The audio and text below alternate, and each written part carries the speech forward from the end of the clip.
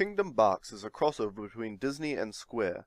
Disney were the developers of the games. They incorporated characters from Square's games such as Final Fantasy X, Final Fantasy VIII, and Final Fantasy X.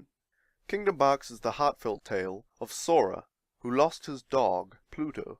Throughout the journey, Sora almost finds Pluto, but Pluto is always being taken one step further away from him. Along the way, he meets his friends, Clayton, Hades, Captain Jack Sparrow, and many others. In order to find Pluto, Sora must first find King Mickey, who is hiding behind a ginormous door that requires 2 keys to open. Luckily, the first key was in Sora's hand the whole time, and King Mickey has the second one. With the help of the only black man in the game, Sora manages to open the door and free King Mickey so that Mickey may help Sora find Pluto. As Sora journeys through the world, he must defeat all the evil oppressors of Pluto, such as Winnie the Pooh, Hercules, Jasmine, and Pinocchio. Sora faces many trials in his quest to save his pet dog Pluto. 2 of the most terrifying of these trials were taming a dragon and fighting a ghost. Sora's closest ally throughout this adventure is Rikimaru, who, wielding his ninja blade, manages to fight off Donald and Goofy and help Sora in the final part of his journey. In the end, Sora is reunited with Pluto, and they all lived happily ever after. Where am I from? I am from New Zealand. A little old country down on the bottom of the earth. We have to have everything tied down here, or we call it tied up, because since the earth is a sphere and gravity pulls down, I'll do a diagram for you guys. Let me dig in. Let me make myself safe. I'll explain this to you guys, because I know a lot of people in the northern hemisphere don't really understand, you know, our sort of special requirements. Let me open up Paint and I'll show you guys. So, the Earth is a sphere. Let's see here. This is a little science lesson for you guys. The Earth is a sphere. And you have the North Pole, it's all cold, and the South Pole. And you have, you know, America and Canada and stuff, which are kind of like that. So they're kind of on the top. So you're fine up there. And you have, like, Europe. Is Europe over here? It's kind of a massive place. And then, you know, there's other places over here. I don't know how the Earth looks. Whatever. But New Zealand is way down here, with this tiny little island down here. Well, 2 islands. And then there's like Australia is there. So this is New Zealand right here. Since we're on the bottom of the Earth, you know, gravity is pulling down, we would just fall off the Earth. We would literally just fall off the Earth if we didn't. So we tie everything down. And we have, like, rooms built. Like, I'm in my bedroom and it looks all normal. But this whole room is upside down and the roof is, like, tied to the ground. So the roof is, it's like a normal room. Like, I've got everything on the ground, or the floor, but the floor is, like so is, like, you know, a stick, a rope, and then the house is hanging like this. All our houses hang from the earth, like that. So, you know, inside everything is normal.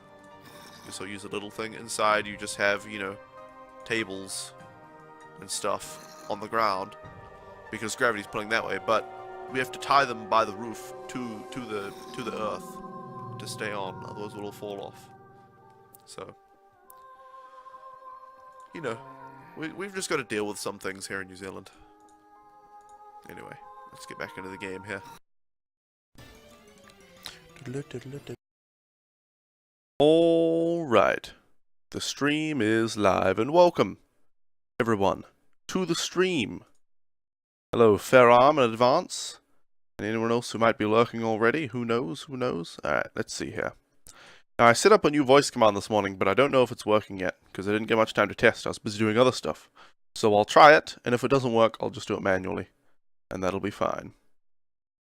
Computer, transition to main scene. Aha! Welcome everyone to the stream. I'm wearing a new hat today. It's very small. It's intended for children's heads, I think. And I have a large head for an adult, so it sits on top of my head like that. But welcome everyone! Today, we are playing Pokemon Gold as part of Pokémarathon Classic, where we're catching all 251 Pokemon in Red, Blue, Gold, and Silver. Twitch has a built-in uptime timer now? Where's that? How do you access that? What are we doing? We were in the middle of the Elite Four. That's right. We're probably not going to beat the Elite Four, but we're doing pretty well up until now. So let's see. I guess we'll have Todd in the front. I could have sworn we fought this guy. Maybe I forgot to save after fighting him, I don't know. What hat is it? It's a Mario hat. Oh right, you can't see it because you're on audio only. Yeah, it's a Mario hat I got from Club Nintendo. It's next to the viewer count? Really? Well, it's not on the Twitch dashboard, but I guess I'll have a look on my actual live channel. Maybe it's a FrankofAC feature? Yeah, I don't see it on the regular old Twitch channel. Alright, let's see. I guess we'll use Surf against the Hitmontop. Oh, I'm remembering this already. Yeah, I must have forgotten to save after we played through the Elite Four. Oh well, that's fine. Let's switch to Tumble because it's got flying type. And of course, flying is immune to the ground. Let's just hit this guy with Sleep Powder. Quick attack, bugger. That might defeat Tumble. Nope. Not too much damage, actually. Okay, well, now we're going to get a Leech Seed going, so we can heal Tumble. If Quick Attack with, like, 11 damage is the best that this Hitmontop can do, then, damn it, then we'll be able to sit here and Leech Seed back to, okay, more like 19 damage, but we'll be able to Leech Seed some health back if we can put this devil to sleep. Oh crap, it doesn't work in the first turn. Okay. Well, in that case, do I have any non-hyper potions? 1 full restore, 2 max potions, and 3 hyper potions. I don't really want to use... Oh well, let's do it. Hey Devlin, welcome. Orange juice and Ultimate Nerd before school. Sounds like a... Wow. Wow, a typical shitty morning. Wow. That sentence was going well there until you got right to the end. And then it all turned to... What a disappointment, Devlin. Just come in and insult me. Insult me on my own stream. What a devil. Then what are your names? Devlin. Devlin the Devil. That's what it is. Alright, let's hit it with Sleep Powder. Because I would like to heal some of this health back if you don't mind. Alright. Alright, alright. This should allow us to heal a bit. Now let's hit it with a Tackle Attack.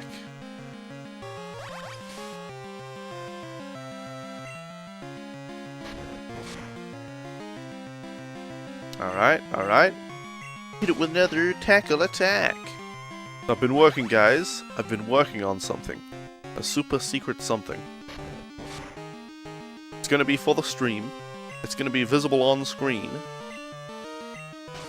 So I've been doing some graphical work this morning and programming. I'm writing it in JavaScript. I'm actually learning JavaScript finally. I've never really used JavaScript that much before. Just, what have I even used JavaScript for? I've used it for something. I just don't remember what. We will send out... Bomba. Too bad Ultimate Nerd made us sign this contract that we have to watch the stream, right? I'm amazed none of you have developed chatbots to just send messages. You know, generic hellos and then random little quips. So that you can AFK and actually go and live your lives, but... Alright, Earthquake was pretty good. Another Earthquake! 2 trailer park girls go around the outside. 2 trailer park girls go round the outside, round the outside, round the outside. It is a long time. It has been a long time since I've heard that song, Mr. Ebo. Sorry guys, I need to I quickly do something. I always record my gameplay footage from this game. So I just need to jump back a bit. Press the capture button, and then it'll blip back to live. There you go. Sorry about having to do that. Okay. We'll have to switch out Pumba because he's definitely going to get wrecked by the next Pokemon. Let's bring out Tumble again. Tumble is running out of PP on all of his moves, but he'll be able to do it. Push it to the limit. Listening to Alabama lately? Is that like the band that wrote that song that Mr. Ebo just quoted? You just woke up, well, good morning, Mr. Ebo. Alright, now let's hit it with Leech Seed. What's the first song you thought of today? Naturally. Naturally. Alright, come on, Leech Seed. Okay, there you go. That's what I'm talking about. Now, we might as well... Oh yeah, there you go. Tumble's fully healed, so we might as well switch Pokemon now, rather than sticking with Tumble. You know, we could just keep Tumble in. How much PP does Tumble have on Sleep Powder? 3? So, and he's got no Leech Seed PP anymore, so he's pretty useless at this point. Might as well just keep him in. They're retired now? Oh, okay. They used to sing a lot of Southern music. Alabama. Alabama. Being named Alabama, that is what you would, what I would expect anyway. Alright, yeah, high jump kick. Yeah. Get over yourself, Hitmonlee. Alright, let's put this devil back to sleep. Oh, there you go, we moved before the Hitmonlee, damn. More speed than a level 42 Hitmonlee on my level 35 Jumpluff. My Jumpluff is top tier. Alright, now hit it with Tackle Attack. So Froggy and I, yesterday, walked to the park, the local playground. There weren't any kids there, it was like, you know... What was it? Yesterday was Tuesday, so it would have been during school hours when they weren't at the playground, you know, they were all in school. Good time to go. And, you know, played around on the monkey bars and slid down the slides and swung on the swings and all that. And I learned just how athletic I used to be and how non-athletic I am now. Goodness gracious. I tried to swing on the monkey bars. I think after many attempts, the most swings I got, I managed to, like, I got on one monkey bar, I had got my other hand on another monkey bar, so I was on, and then I swung to another one, and then I tried to swing to another one and I fell off, and that was as far as I got.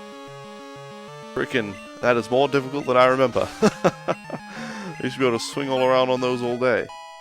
All day. Makes me, it increases my appreciation for Ninja Warrior. Because holy crap. They're crazy. Alright, maybe we should keep in Todd. Yeah. Alright, let's see what we can do. Hit it with Surf Attack. I really hope this guy doesn't have Hyper Potions. I mean, we're already screwed. There's no way we're beating the Elite Four in this this run. We need to level up our Pokemon more before that.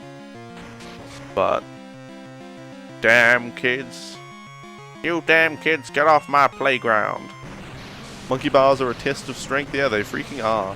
I think as you get older, they must be more difficult as well, even if you stay athletic. Just because your body gets more heavy. You know, when I was a kid, my body weighed nothing. Kids have low body weight, so it's easy for them, yeah. As you say. And they have a higher center of gravity. You know, being smaller when you're on the monkey bars, so your anchor is up high. Your center of gravity is close to your anchor. Whereas when you're an adult and you're on monkey bars, your anchor is still at the same height, but your center of gravity is way lower since you're taller. So I've got to swing around these big heavy legs. And my gut.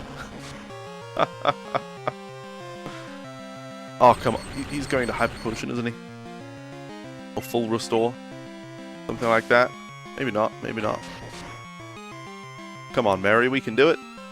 You can survive that. Yeah, finish him off with Thunder Punch. Or he could use a Max Potion. That's cool too. You go ahead and use Max Potion. See what I care. You're paralyzed. You're never even going to hit me. Surprised I couldn't do the monkey bars. I mean, your feet could even touch the ground. No, I did them like that. I jokingly did them just running my hands along them, walking on the ground. But I couldn't actually do them, you know, without the assistance of the ground. Yep. So I have a goal now. I want to become athletic enough to be able to swing on monkey bars. Alright, let's hit this guy with Earthquake. Oh wow, Pumbaa go... Oh yeah, because Marchamp is paralyzed. It's like, how the hell is Pumbaa outspeeding a Marchamp? When he's like level 46 or something and Pumbaa's level 36. But there you go. Did we just beat this guy, Bruno, or does he have one more Pokemon? Oh yeah. Easy peasy. Why? How could we lose? Having lost, I have no right to say anything. Go face your next challenge. What is the next challenge? Looks like Ghost type. Ooh. Now, the only dark type move we have is Bite on Todd, and he has fainted. So we're just going to lose this fight. I am Karen of the Elite Four. You're Ash? How amusing. I love dark type Pokemon. I find their wild, tough image to be so appealing, and they're so strong. Think you can take them? Just try to entertain me. Let's go. Do one-armed dead hang pull-ups? Dead hangs and pull-ups? That just means hanging with a fully extended arm and then pulling all the way up, right? Because yeah, that would be outrageously difficult. I might be able to do 1 or 2 pull-ups. But yeah, monkey bars are insane. Todd is dead, so now we lose. But what is Todd is no kill? Okay then. Alright, let's try a rollout. And dead. Come on, Acme, you can survive this. Wow, he actually can, surprisingly. If I had used a potion instead of rollout, we might have been able to do something. I should look up what's good against Dark type. Dark type. Actually, I should look up Umbreon, because Umbreon is pure Dark type, right? There you go. Acme down. Acme down! Acme down! Let's see, type effectiveness. Well, I should check that it's just Dark first. Let's send out Pumbaa. Yep, Umbreon is just a Dark type Pokemon. It is weak against Fighting, Bug, and Fairy. We don't have any of those moves. Earthquake! You can do 1 pull-up before you're completely worn out. A pull-up requires a dead hang to be done properly, but you should just do dead hangs and hang there for as long as you can. It'll increase your grip strength. That's true. That's true. Alright, let's hit this guy with Sleep Powder. I was also, there was a thing at the playground that's like, it's got like a rolling thing that you stand on and you're supposed to run on, and then it has 2 poles next to it with handles so that you can hold yourself up, because obviously to balance on the rolling thingamabob, the roller, would be outrageously difficult. So you use your, your grip to keep yourself up there. So that's good for grip strength too. Pull-up's one of the hardest exercises, to be honest. If you can do 1, you're better than most. I'm reasonably confident I can do 1 of those, but the frickin' monkey bars. Swinging. You mean a 1-armed pull-up? Oh, you can do 1 1-armed pull-up? Well, that's... damn, fair arm. Damn. I think I used to be able to do a 1-arm pull-up. Back in the day. Back in my younger days. Okay, now it's poisoned. We can totally defeat it now. We've got that every turn damage. We've got damage every turn. Oh, look at that. Beautiful. That was actually more damage than I expected, but we're still screwed. We are still screwed. Can we survive this one? I think so. Alright. Now, finish it off, Tumble, with your tackle attack. Didn't work. Somehow it didn't work. I don't understand. I do not understand. Alright. Should we go into the Elite Four again, or should we train more outside of the Elite Four? Acme needs more training. But he's not very good against the Elite Four members that we faced so far. You need calluses on your hand?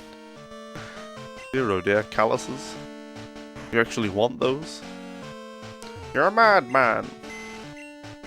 Alright, well let's get old Umbra out of the PC. Just so that we can get the happiness on Umbra for walking around. I need to find out if cycling increases happiness as well as walking.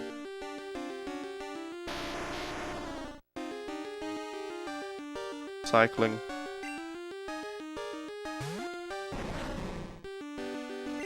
Alright, let's hit this guy with a switch to Todd move, because Acme can't do any damage to this guy.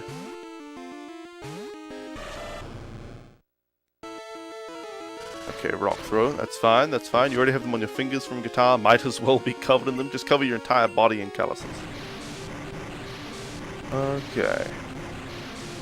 Bike builds up steps quicker, which the happiness of walking is based on. You still get the happiness from riding a bike. Okay. Alright. Good, good. So I can ride the bike and we'll, whoops. We'll get encounters faster and we'll still get happiness for Umbra. Umbra the EV, soon to be Umbreon. Although how long it's going to take to evolve the devil is a bit beyond me, because that thing... We've had it in our party for quite a while. It's leveled up 12 times, and it hasn't gotten enough happiness in all of that time to evolve into Umbreon.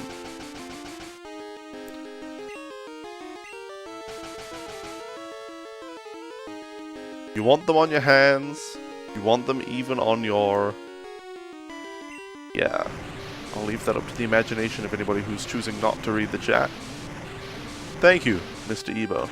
It's very small. I got this hat from Club Nintendo before they shut down. And obviously Club Nintendo is aimed at kids/teenagers, not 21-year-old men. So the Mario hat is a little small. But, it sits on my head. It's not going to come off, I don't think.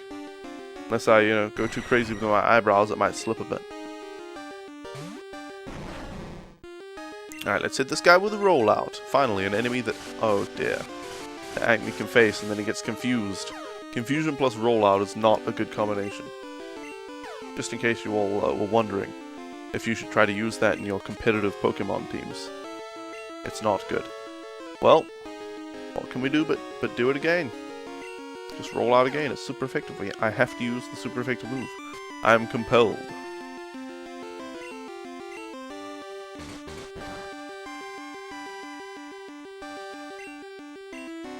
Alright, no more confusion. Good, good.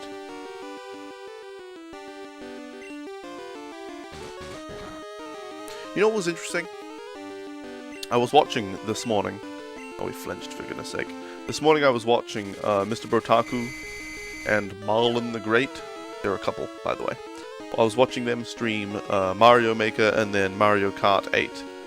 Because they're doing a 24-hour Mario stream. And they triple stream. They stream to Marlon's channel on Twitch, to Mr. Brotaku's channel on Twitch, and to Mr. Brotaku's channel on YouTube Gaming.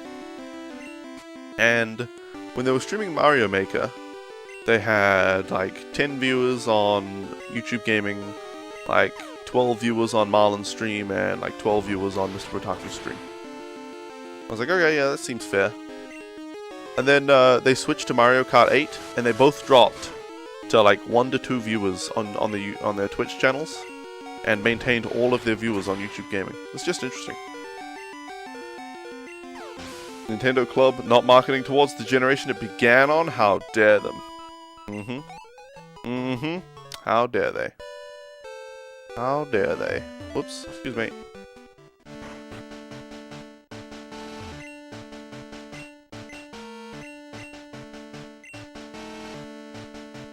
So I've been programming with JavaScript anyway. I mentioned earlier in the stream I've been working on something for the stream. Well, it's programmed in JavaScript, which is a web-based programming language. And gosh, it is so similar to C++. It's not as powerful as C++, obviously, and it doesn't run as efficiently, because it's not a compiled language. But I'm pretty comfortable programming in JavaScript. Because I would say I'm a proficient C++ programmer. But programming in JavaScript, it's an easy transition to make. I've been quite pleasantly surprised, because what I've heard of JavaScript has never been good. I don't know why people don't like it, but yeah, seems good. Seems nice and good and stuff. I've already been thinking about how I'm going to do the things that I'm going to do. Mario! It's a me, Mario! Hey, Crafty Cakes Gamer, welcome. How are you doing? It's a me, Ultima Nerdio. Thank you so much for watching my stream. Alright, Teddiursa, let's see what you're made of. Let's see how dull your claws get against my steel. Oratress, hit it with rollout. Wow, I beat my rival and trained my Pokemon in Evolved Acme. Yes, I've also beaten several of the Elite Four trainers. I don't remember if I've beaten 2 or 3. I think 2. The ice person at the start, and then the fighting dude. Beat both of them. You took Java class? Java or JavaScript? Paralysis doesn't bode well for a rollout. You're good? Well, I'm glad. Well, I'm glad. Totally not tired. Don't mind me. Don't mind me. What's today? Wednesday? So I didn't stream yesterday, did I? No. Catch Ursaring? I've already got a Teddiursa, so I'll catch an I'll get an Ursaring by evolving my Teddiursa. JavaScript, I see, Mr. Eva. Oishi. Alright, come on, finish it off, Acme. Just one more hit is all it takes. Lick is doing 2 damage. Alright.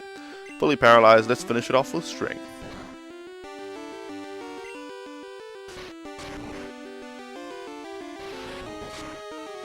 Alright. Easy peasy. You know, since JavaScript runs in a browser, it's got built-in stuff already there, like a lot of it's sort of like in C++, if you want to do anything, you need to either program it for the ground up, or from the ground up, or get a library for it.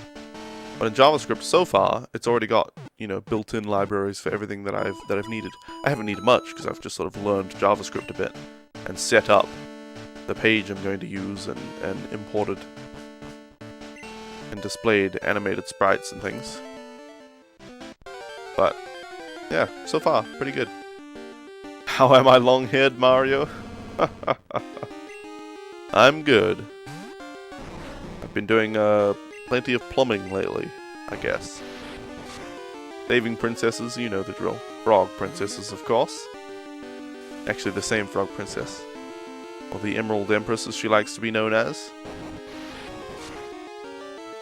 Saving her from what? I don't know. Don't ask me.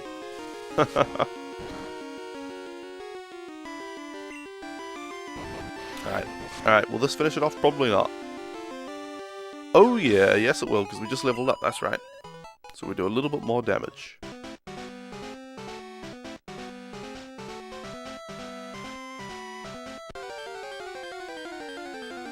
By the way guys, it's becoming more and more of a sure thing that Frog and I will be getting a PS3. We spent some time yesterday going to some pawn shops, checking out prices, and it turns out pawn shops are so much cheaper than retro gaming stores. So much cheaper. Holy crap. Like, you get a slim PS3 at a retro gaming store, it's like $150. Same thing with GameStop. Get confused between GameSpot and GameStop.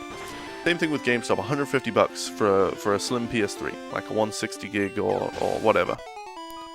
You can get a 250 gig super slim at pawn shops, or at least we can in the ones near us, for like $115. Freaking so much better. You heard pawn shop? I know, due to my accent. Pawn shop. There you go. We went to some pawn shops yesterday. How's that?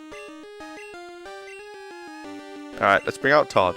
My long blonde hair makes it look like Peach and Mario got morphed together, or I'm their love child.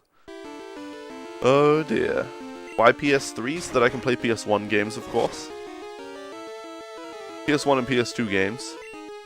I'm aware the PS3 isn't backwards compatible to PS2 games, but the remastered versions. So games like the Spyro series, the Crash Bandicoot series, Tomba 1 and 2, Grandia 1 potentially, that's potential. The Jak and Daxter HD collection, Kingdom Hearts 1.5 and 2.5,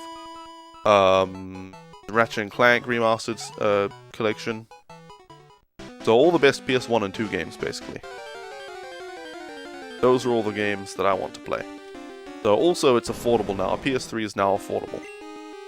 I haven't been able to afford a PS3, you know, the entire time that they've been out. Until now. And I'm still not even going to be playing PS3 games on it. I'll wait to play PS3 games when I get a PS4. I'll play the remastered versions at 60 FPS and everything.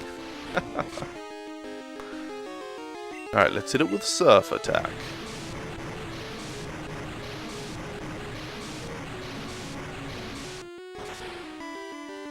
You know, I was discussing and thinking about remastered versions and things. A ring, yes, I am married. Rogi and I got married, on like the 18th of last month, I think. Gosh, I should really remember that date, shouldn't I? I have a terrible, terrible memory. It's horrible. But yeah, I'm pretty sure the 18th of last month is when we got married.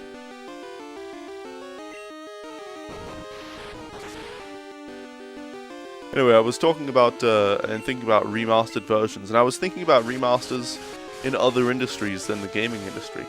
And I thought about movies. You know, a movie comes out on VHS, say like the old Disney movies on VHS.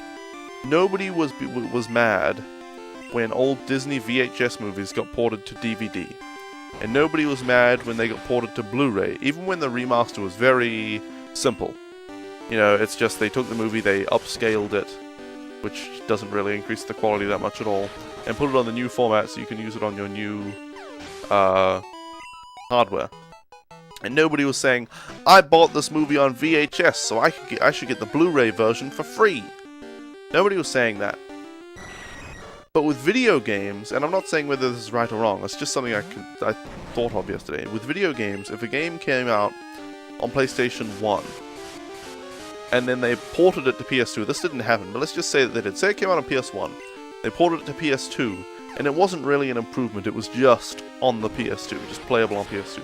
People would get so mad if they ported it to PS3. So mad. People are like, why do I have to re-buy games digitally just because you bastards won't put backwards compatibility into your system? Like, do people complain that their Blu-ray players don't have backwards compatibility to VHS? I know it's still a disc-based medium, but it is different and requires different hardware to run. Or software. So I wonder, you know, maybe gamers shouldn't be so mad. I've thought that as well. Like, oh, I had this game on PS1. Why do you want me to buy it again for PS3, you devils? You know, I've already given you my money for this game once. Why do I have to buy it again? But maybe you should have to pay to get it, you know, ported to the new system. I don't know. We don't know. Why not get Onyx and have Steelix? Because it requires trading, and I'm not going to be doing any trading just yet. I'm not going to be doing any trading until pretty much the end of the whole game, Pokemon Gold and Silver. Movies aren't as expensive as video games? That's true. That is true. You just dozed off and you woke up again to Ultimate discussing remastered stuff? I don't see how that's oh god. Is that a bad thing? Is that a topic people don't like to hear about? I don't know. Rings are for Sonic, not Mario? Oh, Fairarm. Oh, Fairarm. Where was your invite? The wedding was very small. It was just a little quick ceremony in the judge's like courtroom thingy. I've never been in one of those, by the way. Never been in a courtroom before. Till I got married. So now it's time to commit some crimes so I can go back, because it was a fairly nice place. You know, nice carpet, nice benches. It's kind of cool and formal. No, I'm not going to commit any crimes. Hey, the Epic Burger. Your battery for gold died yesterday? That sucks, but Epic Burger, it is very easy. As long as you're at least somewhat comfortable with electronics, it's very easy to change the batteries in old Pokemon games. I've done it myself for red, blue, and gold. Not for silver, I just bought one with a new battery for silver. But for red, blue, and gold, I did it. It's very easy, pretty cheap as well. You just need a special screwdriver that'll cost you like a couple of dollars. And then you get a pack of the batteries for like $1 for 5 of them or something. You like what Microsoft did where if you had the M360 they give you a discount for the Xbone version? That's a good idea. That's a good idea. Can't believe I got married like last month and already forgot. I didn't forget that I was married, I just had trouble remembering the exact date. I really do have a terrible memory. You know, a lot of people say that, but for me it's actually true. I'm absolutely terrible. I forget, like, we're going to the grocery store just to pick up milk and cereal or something. And I keep having to ask for you, what are we getting at the grocery store again? We'll get into the store and she's like, we don't need a cart, right? And I'm like, I don't know, what are we getting again? freaking terrible. I forget people's faces and names. I worked in a supermarket and I had all the same, like, customers all the time. I'd be like, hey, how are you going? And they'd be like, oh, I'm good, how are you? And I'd be like, oh, what have you been up to? They'd be like, oh, just work, you know. I'd be like, oh, really, what's your job? And they'd be like, I told you yesterday.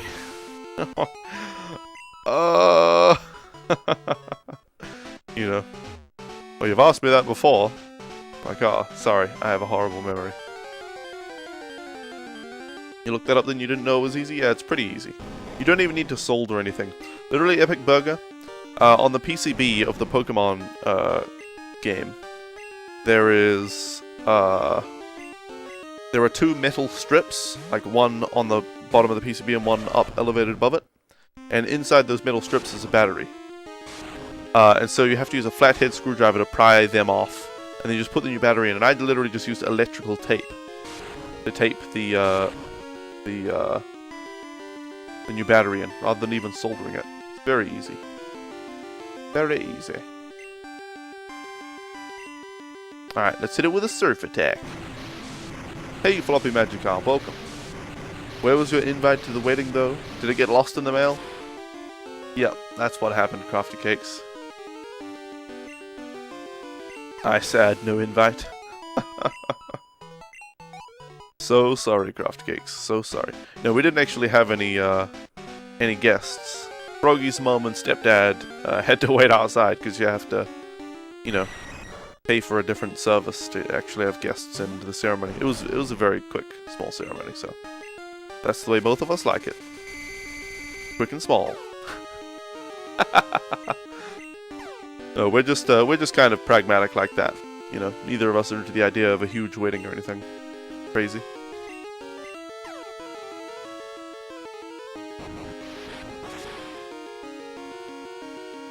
Alright, come on, Acme. You can take care of this Golbat. You can do it, no problem. Oh, for goodness sake. For goodness sake.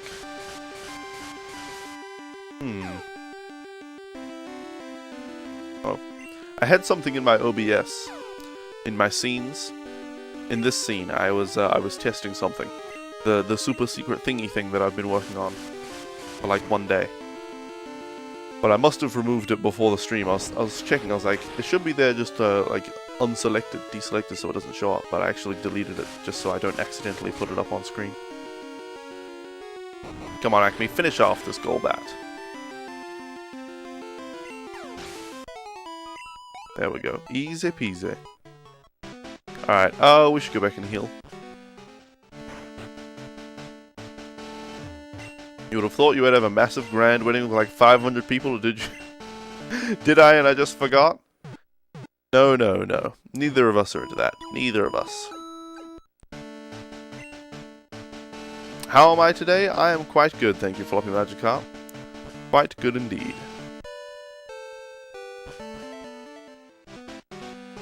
Quite good, thank you very much. And how are you, Floppy Magikarp, and what have you been up to? What have you been up to? You know, the only bad thing about working on this new thing for the stream is that it takes up all my programming time, so I can't work on the game that I'm making. But the game I'm making is going to be a several-year thing, whereas, or at least like a year, whereas the thing for the stream is more like a few weeks, potentially a month or two, depending on how many, you know, obstacles I run into. So, definitely better to work on this first and then go back to programming the game. Good, you were streaming yesterday, hit your follower goal. Oh, congratulations, Floppy Magikarp. You were doing a follower goal for a 24-hour marathon, right? Crafty Cakes Gamer, doesn't make sense for us to have married in Australia since neither of us are from there. Although I get that sometimes. I'm from New Zealand, and Froggy is from America. So no, we married in America. I'm living in America right now. Oh, a 12-hour stream, not a 24-hour? Oh, okay. Here I was thinking it was 24-hour, just a namby-pamby 12-hour stream. I'm kidding, I'm kidding. Alright, this Onyx doesn't stand a chance. Alright, let's just switch to Todd. Maybe I should investigate, presenting my overlay or my stream layouts in HTML5. I think ItMeJP does that. I wonder what the benefits are. You still have a 24-hour to do? Oh, I see. No worries, Crafty Cakes Gamer. Just think of it this way. Australia is the place where all the criminals are, and New Zealand is where the Lord of the Rings was filmed. Very contrasting places. Australia is for criminals, New Zealand is for the Lord of the Rings. 12 hours for 15 followers, 24 hours for 30. I see. New Zealand is larger than Australia? Yes, in value, yes. In size, no, but certainly. Quality. Everybody knows. I was actually, it was funny, Froggy and I were watching The Talking Dead, the special for, Fear the Walking Dead, because Fear the Walking Dead just finished a couple of days ago or whatever. We can't watch it live, so we DVR'd it and watched it yesterday. But we watched the Talking Dead for it, and I was surprised as soon as the main character dude spoke. I was like, oh, he's from New Zealand. And then, like, 1 minute later, they mentioned that he was from New Zealand, and they were talking about that a bit. A 60 follower goal for a viewer's choice of Nuzlocke? What do you mean viewer's choice Nuzlocke? Do you mean like you'll do a Nuzlocke of a game and the viewers get to choose which Pokemon game? Hey Pixel Master, welcome. If we got married in New Zealand, we could have had a Lord of the Rings themed wedding. Certainly. Alright, let's hit this guy with a rollout. Scratch my head. My poor head being stuck in this hat. I'm gonna have trouble putting it back on, aren't I? Is it even on straight? Nope. Hat's so small. Alright, that's pretty good. Could have dressed as that blonde elven lady. Oh, Galadriel. Yes. That's my Minecraft skin, actually. I haven't played Minecraft in a long time, but when I did, I wore a Galadriel skin. Oh. Hey, thanks for following, Epic Burger. Alright, come on, Acme. This should finish it off, right? Oh yeah, easy peasy. Alright, Acme's level 37, he's getting up there. He's getting up there in the old levels. I wish he knew a bug type move. I wish he could learn Fury Cutter. I wish. Fury Cutter is bug type, right? I'm pretty sure. It's such a good move. And it's super effective against dark type Pokemon. There's a dark type Pokemon trainer in the Elite Four that will just wreck them. The Mario Beret looks cool. Where did I get it? I actually do remember where I got it, Crafty Cakes Gamer. I got it from Club Nintendo before they shut down. This was the last thing I got from them. I spent all the rest of my points on the Mario hat. I don't even know what else I got. I don't even think I got anything else. Oh no, I got some Zelda ringtones. 3 Zelda ringtones that I actually use. Or I did use. I guess I could set them up on this phone. I got a different phone when I came to America. Because Froggy's old phone was better than my current phone in New Zealand. So there you go.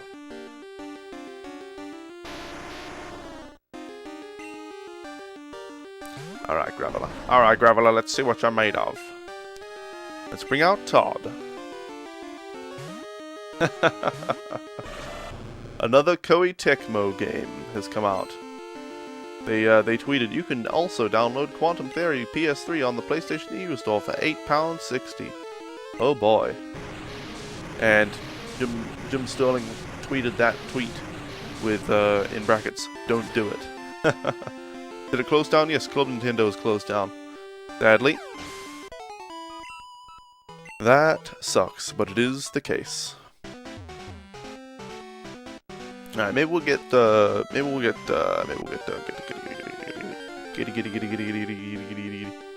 am I? Who am I? Fortress. Maybe we'll get Fortress. Acme the Fortress to level 38. Yep, Club Nintendo closed down. You remember when you got your Mario hat, but not when you got married? Roggy's not gonna like this. Well, she's probably listening to the stream right now at work. So, she probably currently does not like it. I don't know, it's just, my memory is very, like, I can remember things, memories do exist in my brain, but they're not sort of readily available. I can't just think of it, I can't just think, oh, when did I get married? Oh, it was the 18th of last month. Or 18th of September. Pretty sure it was the 18th. We have it on the Google Calendar. I'll quickly check. But if something happened to remind me, something relevant to that little memory were to happen, then I would remember it pretty quickly. Come on, Acme, come on, you can do it. Hey, Captain Extreme. Extreme. Long time no see, and you were just playing Pokemon Fire Red. Nice. Indeed, it has been a long time, Captain. Incoming divorce papers. I think at this point it'd be an annulment, since it's been the wedding was so recent. I think. I don't know how long until you can get an annulment, or you can't get an annulment anymore. I never really bothered to look into it because it wasn't a consideration. Damn it. See this hair right here sticking out. There we go. Take care of that. Well, Acme just fainted against a freaking Golbat. What a disgrace. A disgrace to his name and his trainer and his party. A disgrace to the Roadrunner legacy. Or the Wile E. Coyote legacy, I guess. Alright, Todd has leveled up. Maybe we should put, what is his name? Tumble! Maybe we should put Tumble in the front. Train him a little bit. Acme's fainted. I want all my Pokemon to be level 38, and then we'll take on the Elite Four again and see how we do. I still don't think we'll beat them with all level 38s and level like 43 Ampharos. But I think we'll do better. Okay, we just need to switch to Todd right away. Come on, Todd, you can do it! Come on, Todd, Water-type moves are super effective against Rock and Ground-type moves, Pokemon, so use your Water-type Surf Attack!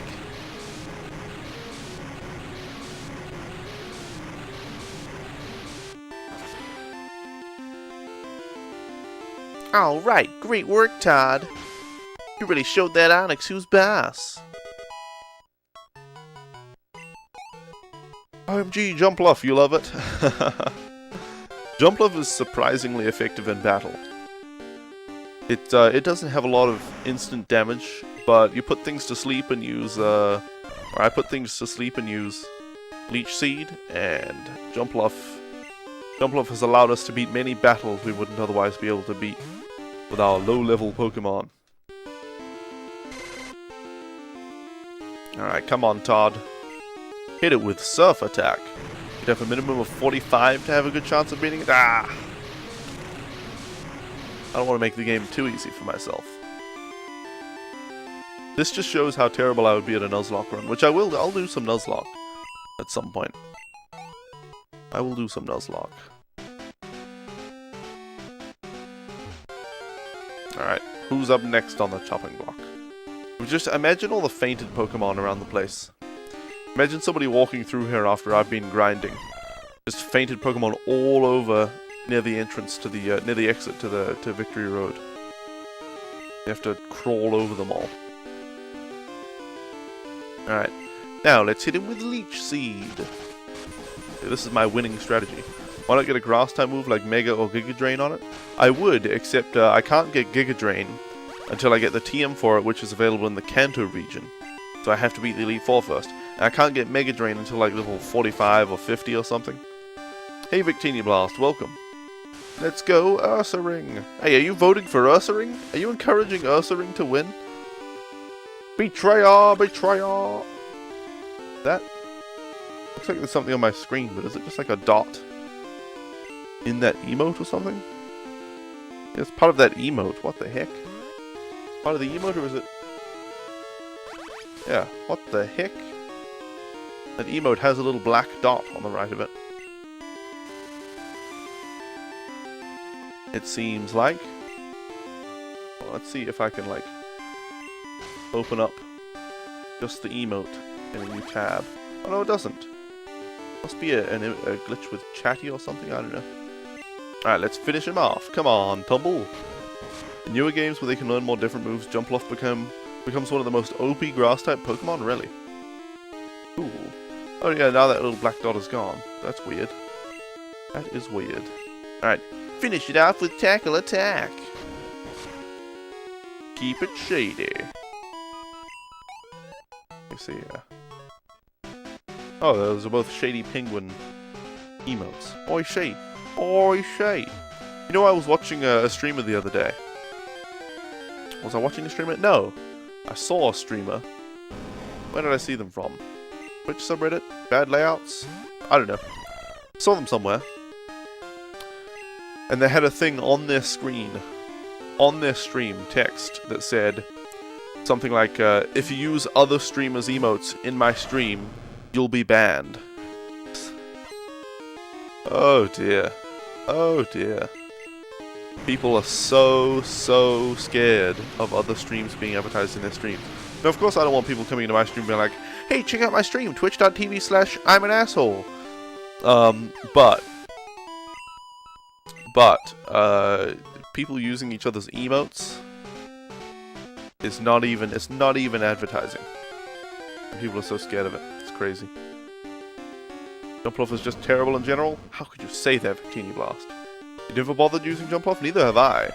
Have I seen live stream fails? Yes, I have, but, I don't like that subreddit. That subreddit, when I visited it like a year ago, was all just 4chan raids into people's streams, convincing like little kids that they have viruses and that they need to click on this link, and people, you know, hack their computers and shit like that. Which was really, I hate that stuff. That's really terrible. People laughing at that was a disgrace.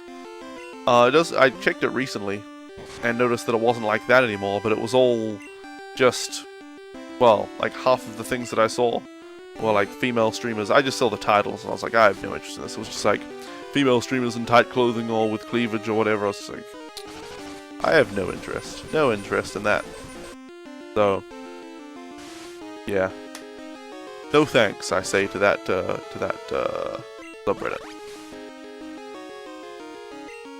Alright, let's hit him with a sleep powder. As you can see, this isn't Jump Off, it's an Oddish. Absolutely. Yep, it's just a very strange looking Oddish.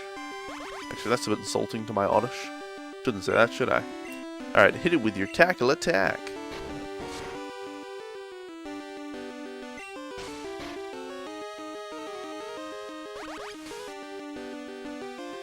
Alright. Come on, Tumble, it's halfway there. You can do it, Tumble. Just because it's big and you're small, that doesn't mean anything. The bigger they are, the harder they fall. Hit it with your tackle attack. Dear, oh dear. Wow, that emote. Sorry to say, but that is like one of the lamest emotes I've seen. Maybe it has some context. It probably does. It probably has some reason why it's a cool emote in that person's channel, but it's just colon closing square bracket. You could just type that. Leech Seed doing a surprising amount of damage and healing? Yeah. Leech Seed is a good move. Leech Seed is a powerful move. And I have, you know, I don't know if it gets stabbed, but if it does, it gets stabbed. You know, so that's 50% extra damage. And then I have that item that powers up grass type moves on my Tumble. So it's probably doing double damage for what Leech Seed usually does. Yeah, there you go. That's the emote. You can do that for free? Exactly, yeah, no need to subscribe to somebody for that emote.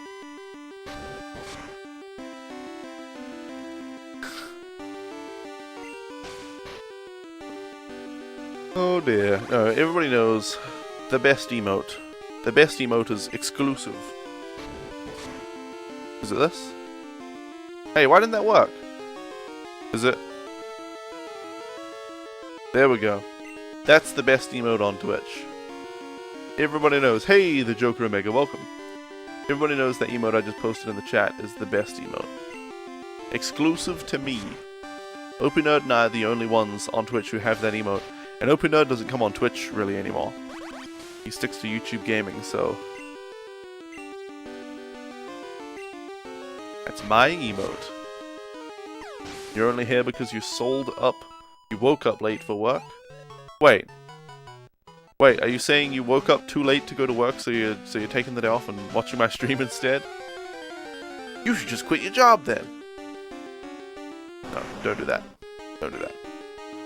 Well, sorry to hear you woke up late, Joker Omega, but oh well. Oh well. At least you've got the best stream on Twitch to hang out in, right? Best one. Emote how work. Twitch contacted me and they were like, hey, Ultima Nerd, you're extremely handsome, so we would love to have you as an emote. And I said, you know what?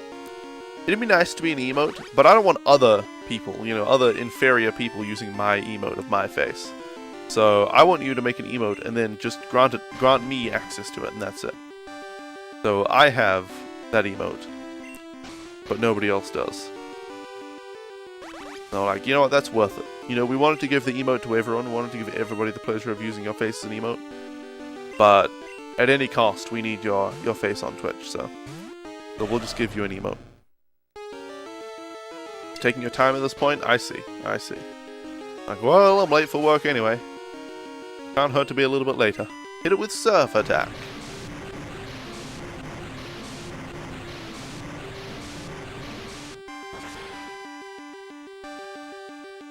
Gosh, we haven't caught a Pokemon in so long now. But we're just, you know, grinding up our Pokemon for the Elite Four, so there's no room for catching Pokemon at the moment. We've only got to level them up. Oh no, it's an Onix! That's a really powerful Pokemon. What are we gonna do, Tumble? I know. Switching to Todd.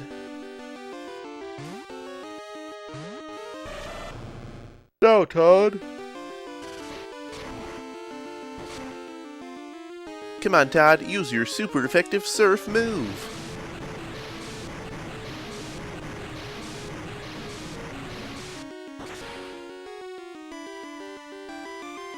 Alright, we did it! Looks like Onyx is about to chase its tail. Yeah, indeed. Indeed. Alright, alright. All our Pokemon level 37 at least now, right? Yeah, so we should go and heal Acme. And we're running out of PP on Jumpluff. So might as well heal a bit. Might as well.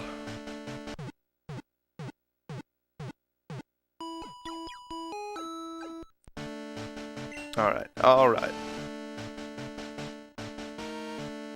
You guys know how I moan on my stream about other Pokemon streams, right? I sit here and I'm like, gosh, you know what I hate about other Pokemon streams? The huge overlays, the cover parts of the game, and the game being shrunk down to just fit more extraneous information on the screen, and follower alerts and all that stuff covering up the game. I say that all the time on my stream. And now in several cases, I've said that with like a certain person in my stream, and then that person like just started streaming or they've been streaming for a little while, and I go to the stream, that's exactly how I described. I actually, somebody who's been in the stream for a little while, I don't know if I should name names, because it might be a bit of a name and shame, whereas I don't mean to shame people about it, it's just my preference about a stream. But somebody who has been watching my stream for a little while, they just started streaming, like, yesterday, I think, maybe the day before, and Frog and I saw they were on, so I was like, hey, Frog, we should watch the stream, see how they're doing. So we stopped in and we said hi and all that. And I stopped in, and the first thing they said, they're like, oh, hey, Ultima Nerd, I know you said that you hate streams where the game is all shrunk down, but... and the game was like 1/4 of the screen. I was like, yep. And then they had a follower alert, and it came up and covered the entire game. But after I suggested that they move it, they did. They moved that over to the on-screen chat. So it just covers up the chat for a minute when the follower alert goes off, which is, in my opinion, a lot better. But yeah. Train all to level 40 first before going back to the Elite Four? I don't know. You get XP in the Elite Four, and it's a lot more, you know, interesting to go and face the Elite Four than it is to grind against Pokemon in Victory Road. Gonna go get lunch in a minute and continue watching me with lunch? Well, I hope it takes you a couple of minutes to get lunch, because guys, it's time for a break. Computer, transition. Oh yeah, I love the voice commands. Some people may not like the voice commands, but I think they are great. Anyway, guys, it's been an hour, so it's time for a quick break. So thank you all so much for watching until now. I will be gone for a few minutes. In the meantime, please enjoy the YouTube videos that I'll bring up on the screen. Let's see what I should give you today. We'll give you Kingdom Box, Physics with Ultimate Nerd, It All Revolves Around You trailer, and then some highlights, and then hopefully I'll be back by that time. So thank you all for watching, and I will see you all back here very soon. Computer, start break time. Kingdom Box is a crossover between Disney and Square. Disney were the developers of the games. They incorporated characters from Square's games such as Final Fantasy X, Final Fantasy VIII, and Final Fantasy X. Kingdom Box is the heartfelt tale of Sora, who lost his dog, Pluto. Throughout the journey, Sora almost finds Pluto, but Pluto is always being taken one step further away from him. Along the way, he meets his friends, Clayton, Hades, Captain Jack Sparrow, and many others. In order to find Pluto, Sora must first find King Mickey, who is hiding behind a ginormous door that requires 2 keys to open. Luckily, the first key was in Sora's hand the whole time, and King Mickey has the second one. With the help of the only black man in the game, Sora manages to open the door and free King Mickey so that Mickey may help Sora find Pluto. As Sora journeys through the world, he must defeat all the evil oppressors of Pluto, such as Winnie the Pooh, Hercules, Jasmine, and Pinocchio. Sora faces many trials in his quest to save his pet dog Pluto. 2 of the most terrifying of these trials were taming a dragon and fighting a ghost. Sora's closest ally throughout this adventure is Rikimaru, who, wielding his ninja blade, manages to fight off Donald and Goofy and help Sora in the final part of his journey. In the end, Sora is reunited with Pluto, and they all lived happily ever after. Where am I from? I am from New Zealand. Little old country down on the bottom of the earth. We have to have everything tied down here, or we call it tied up, because since the earth is a sphere and gravity pulls down, I'll do a diagram for you guys. Let me dig in. Let me make myself safe. And I'll explain this to you guys, because I know a lot of people in the northern hemisphere don't really understand, you know, our sort of special requirements. Let me open up Paint and I'll show you guys. So, the Earth is a sphere. Let's see here. This is a little science lesson for you guys. The Earth is a sphere. And you have the North Pole, it's all cold, and the South Pole. And you have, you know, America and Canada and stuff, which are kind of like that. So they're kind of on the top. So you're fine up there. And you have, like, Europe. Is Europe over here? It's kind of a massive place. And then, you know, there's other places over here. I don't know how the Earth looks. Whatever. But New Zealand is way down here, with this tiny little island down here. Well, 2 islands. And then there's like Australia is there. So this is New Zealand right here. Since we're on the bottom of the Earth, you know, gravity is pulling down, we would just fall off the Earth. We would literally just fall off the Earth if we didn't. So we tie everything down. And we have, like, rooms built. Like, I'm in my bedroom and it looks all normal. But this whole room is upside down and the roof is, like, tied to the ground. So the roof is, it's like a normal room. Like, I've got everything on the ground, or the floor, but the floor is, like so is, like, you know, a stick, a rope, and then the house is hanging like this. All our houses hang from the earth, like that. So, you know, inside everything is normal.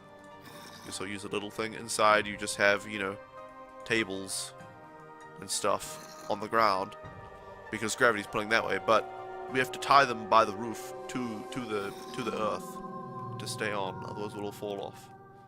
So, you know, we've just got to deal with some things here in New Zealand. Anyway, let's get back into the game here. A giant black hole is hurtling towards Dusttown, and you are the only thing in the entire universe that can save them. But you'll have to grow from a speck of dust to an asteroid, a planet, a star, to something large enough to defeat the black hole. Because in this game, like no other, it all revolves around you.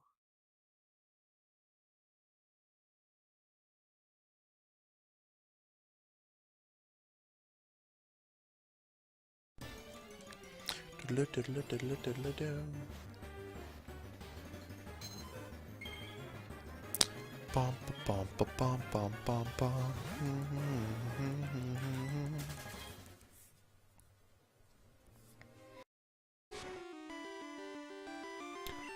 Alright, metronome, use flamethrower. Go on, one time. Just give me a flame. Transform.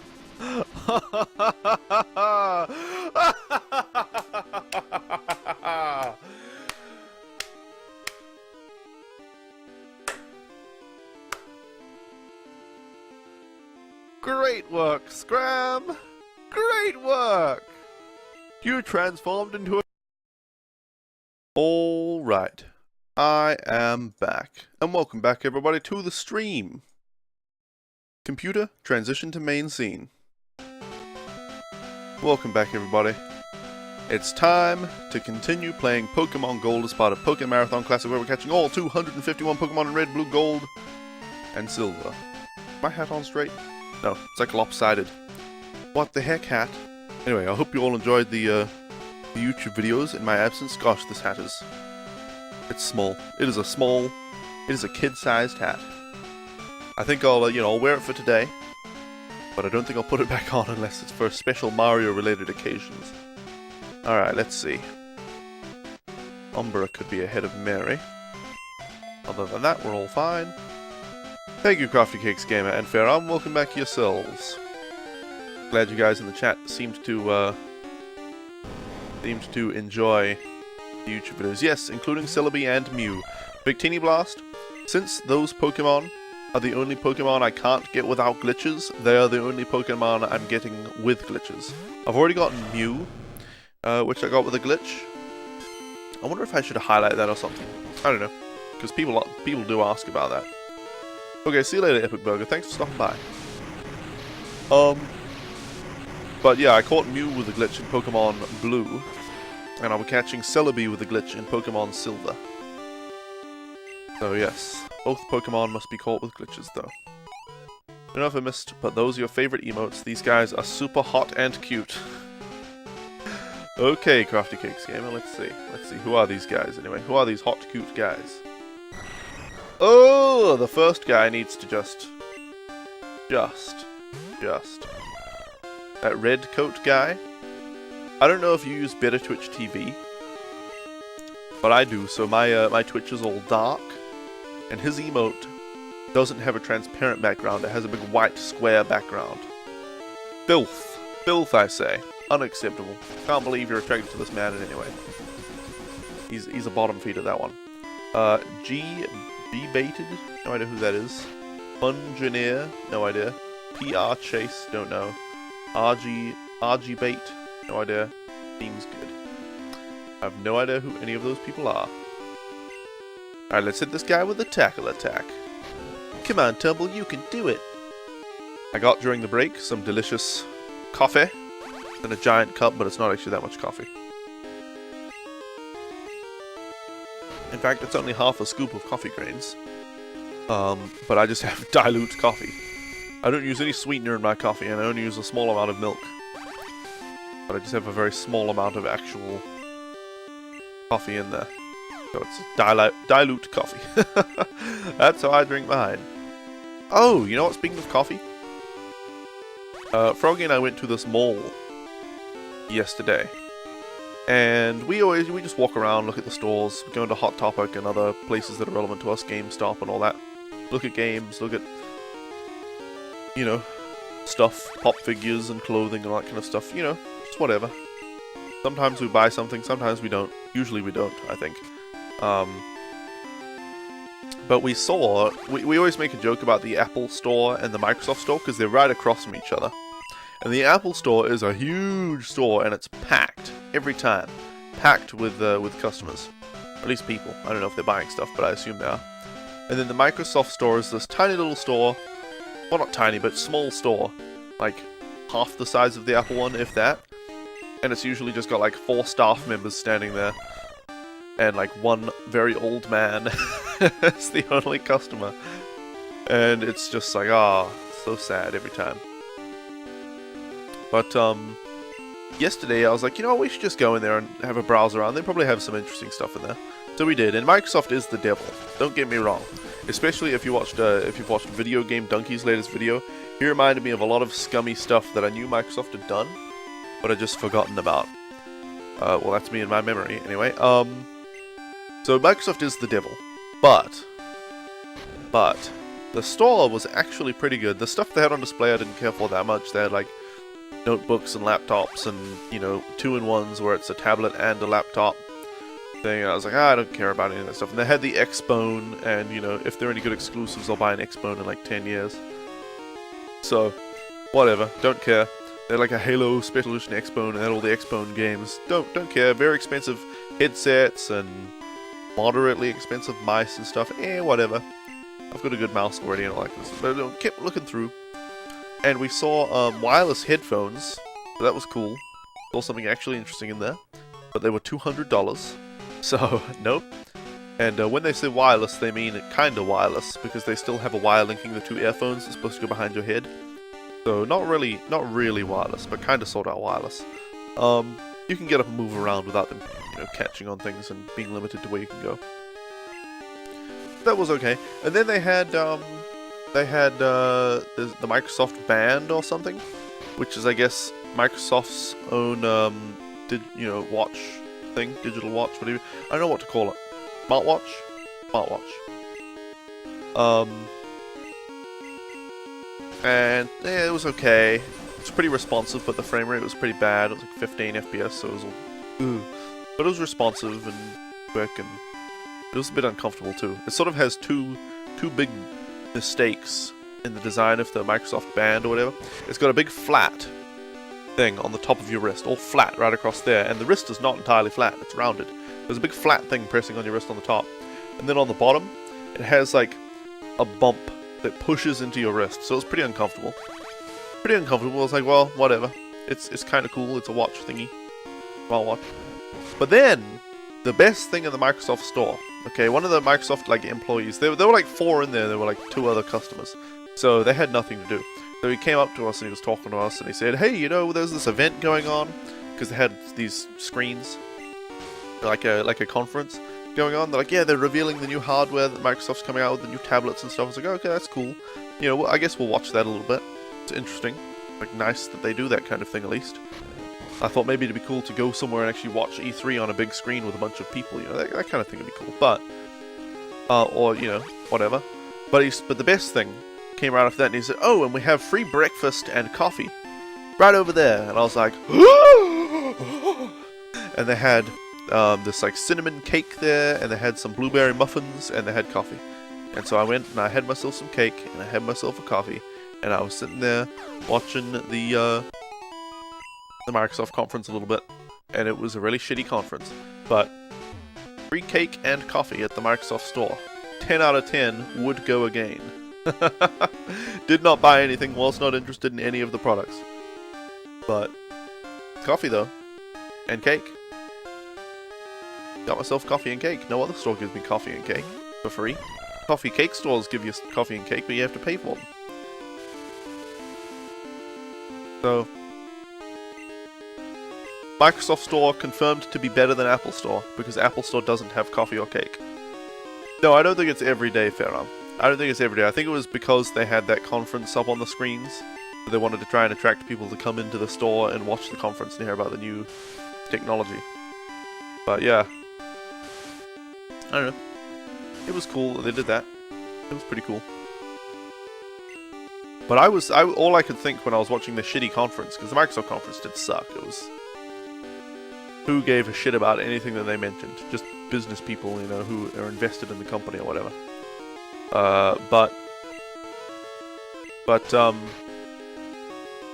All I could think was, gosh, I wish they had this kind of thing like GameStop. GameSpot? GameStop? GameSpot is the website, GameStop is the physical thing. At GameStop, I wish they had that. Where you could go in and you could sit down and there'd be all this gaming stuff all around you, and then there'd be a big screen, and they'd play E3 up on the screen, and they'd give everybody free breakfast. That would be cool. I would go there for E3. That would be pretty cool. You know, go there and watch some PAX stuff, go there and watch whatever, you know.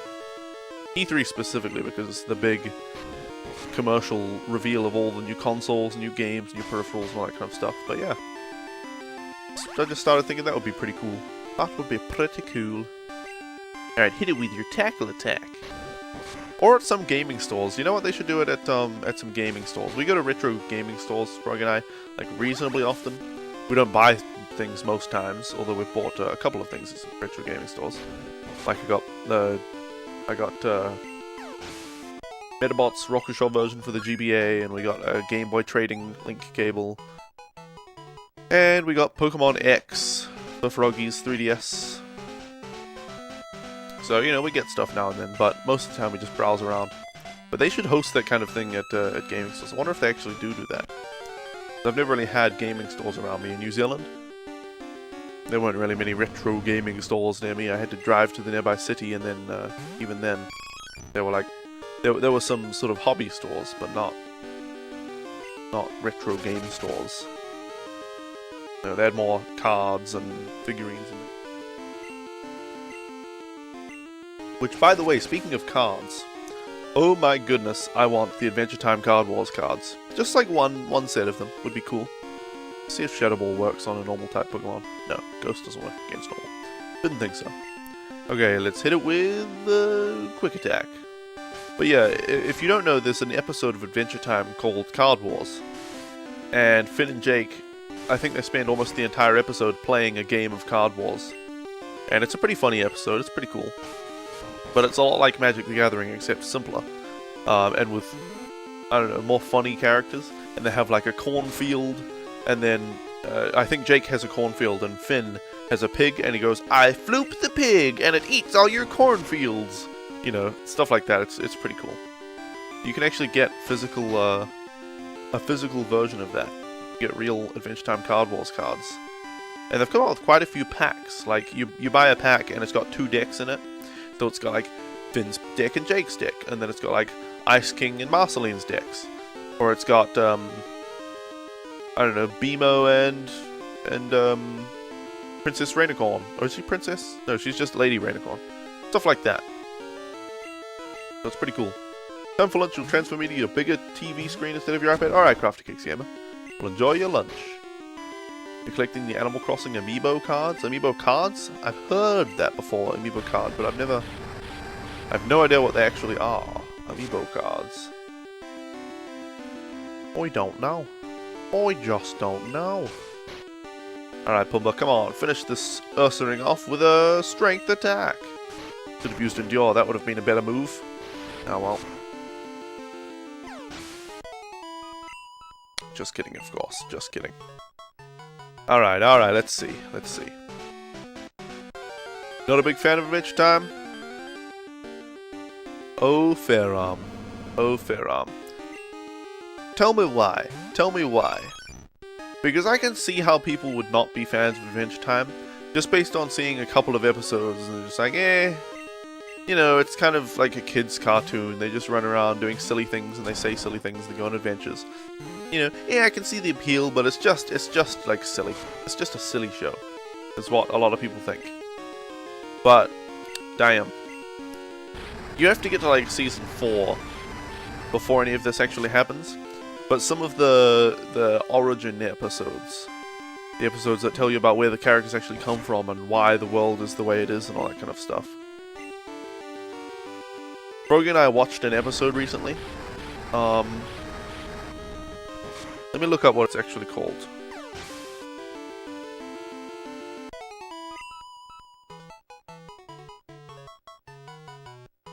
Hold on. I need to look up this, yeah, Remember You. It's called Remember You. We watched this episode called Remember You. Which I'll look up what episode number it is. Remember You, hold on. Oh, no, it's a song. Remember You is the song in the episode. What's the episode called? Remember You... Oh, in I Remember You. I Remember You is the episode. Okay. Let me see. So that's the 25th episode in the 4th season. So it's almost the end of the 4th season. But you have to get that far in before you actually hit what I really love about Adventure Time. But damn. Froggy and I watched that episode, and no shame. Hashtag I have no shame. But yeah, we were just bawling our eyes out watching that episode. It's a very sad episode. And it's because, you know, I like the show overall anyway, just because of the silly humor and all that. It's sort of SpongeBob-esque. But after seeing that episode, and then the preceding episodes, and all the deeper meaning behind a lot of the stuff that's in Adventure Time, and where everything's from, and how the world got the way it is, and all that kind of stuff, it's just... That's what elevated it above SpongeBob for me. That's why. That's why. So I do just love the show in a SpongeBob-ish kind of way, where they're doing silly things and having fun, and it's just jokes all the time and laughter. But because of the backstory and the very touching moments like that, that's why I really love the show. So anyway, after ignoring the chat while I was saying that, you can use them in Animal Crossing Happy Home Designer. Okay, oh, right. I've heard of that game too. You got pasta with bits of chorizo and hot dogs. Chorizo. Let me look up what this is. Can I copy? Damn, I have to. Control C. Control V. Now you're a vegan, right? Crafty Cakes Gamer, so those would be tofu dogs and tofu chorizo, wouldn't they? It looks like chorizo is some kind of meat. Pork sausages. So that... Aren't you a vegan, or was somebody else a vegan? I'm pretty sure it was you. Let me see. You don't really like the humor in Adventure Time? I can see that. People just think it's silly. Super excited, any day now your new phone will be arriving, a Sony Xperia M4 Aqua. It is water and fine dust proof and has amazing battery life. Nice. Battery apparently can last 2 to 5 days depending on settings. Apparently they have an ultra power saver standby mode or something that makes it last like an extra 40%. Damn. Your brother recommended it because you're literally always forgetting to plug your phone into charge, but at least this way it will last longer, so in emergencies or anything you can still contact people. Indeed. I think a fairly common young people problem is going to a party or something, and then waking up the next morning and not being able to call for a ride because your phone's run out of battery, and then people don't have landlines, so you have to try to borrow someone else's phone, and they're like, no, get your hands off my phone. Stuff. So. Hashtag young people problems. A problem I never encountered, just heard about. Heard about through friends of friends, you know? Because none of my friends or I were really, big party goers or anything. Well, some of my less close friends. Some of my more distant friends, you might say. Alright, Umbra. Put you to the back now. 3 more Pokemon to get to level, 38 before we, can face the Elite Four again and see how we do. Like the longest lasting battery life of any phone out at the moment? Really? Well, that's pretty cool. That is pretty cool. Alright, well, Acme's not going to do anything against this guy, so let's bring out Pumbaa. You know, okay, well. To stream PS3, you either have to use composite video, which is pretty low quality. It can be up to 1080p, but you have ghosting issues, and it's still kind of fuzzy looking, and all that stuff. Either stream with composite video, or you have to use some kind of HDMI splitter or something, and hope that it's a particular kind of HDMI splitter that will remove HDCP, High Definition Copy Protection. Which is a really annoying thing on PS3. It makes no sense that it's on there, and it makes no sense that they haven't patched it off. But you know, I had to go online, since we're getting a PS3, I had to go online and buy an HDMI splitter. And I've seen a YouTube video of somebody using this exact splitter for streaming PS3, so it should work. Unless the manufacturer just put up pictures of like an old model and they've updated it since then and removed the HDCP stripping ability. Or rather, put in the ability to pass through HDCP. But all I could think, you know, reading about this HDMI splitter and how it's going to remove the HDCP and all that kind of stuff is, gosh, I wish I just had all of the hobbyist gear required to, like, print my own PCBs, and solder on, you know, chips and capacitors and whatnot. Because I've done soldering before, I'm reasonably comfortable with electronics. Not entirely comfortable, reasonably comfortable. And I wish I could just, you know, order in chips, 3D print stuff and all that, and just make a little device that strips HDCP and then passes on the HDMI signal. Because I bet I could do that. I'd need to look up, you know, I'd need to do a bit of learning first, learn about different chips and PCBs and how data transfers work and things like that. But I'm pretty sure I would be pretty capable of doing that after a little bit of research and time. So it's just annoying that I have to buy a damn thing for like 20 bucks to strip the HDCP from a PS3 just because Sony is too frickin'... They're stupid buttheads! They put HDCP on their damn console. By the way, you don't go out to parties and stay out that late. Wish you could, but now you go to college 4 days a week and only remember to charge on the weekends, and then 3.5 days a week it is dead since it dies by lunchtime, so you didn't upgrade being over 5 years. Oh no, I wasn't implying that that's what you were doing it for, Crafty Cakes Gamer. I was just mentioning that's probably one of the reasons why people think battery life is such a big deal. You know, young people, teenagers do get, they love to get the newest cell phone, right? Obviously people all the way up into their 50s are buying the most recent cell phones, and even older, but not so much. But, you know, young people in business, or, you know, young people when they get their first job, they're able to afford a really nice phone. But I think teenagers really like to have the latest phone. But I think that's also, you know, one of their problems. A teenage/young person problem is not having a phone available in the morning. You understand when I... What? I understand when you joking around. I guess you mean that in the general sense. You understand when I'm joking around. Jolly good. Jolly good. Jolly good. Jolly good. You remember when you were a teenager? Aren't you still a teenager, Mr. Uribo? Aren't you still a teenager? Maybe like 19 or something. That's the impression I get. But I don't know. Alright, let's hit it with a rollout. You always wanted the newest everything, yep. Maybe you are older than that, I don't know. I have been streaming for a few years now, and you've been there for a lot of that time. You're 20? I see, I see. Yes, I remember back in the day when I was just a teenager. 2 years ago. Being 21. Gosh, I keep feeling like I should be 22 by now, though, or like 23. You think, hasn't it been my birthday yet? How old am I? I'm still 21? Damn, I've been 21 for ages. 21 for ages.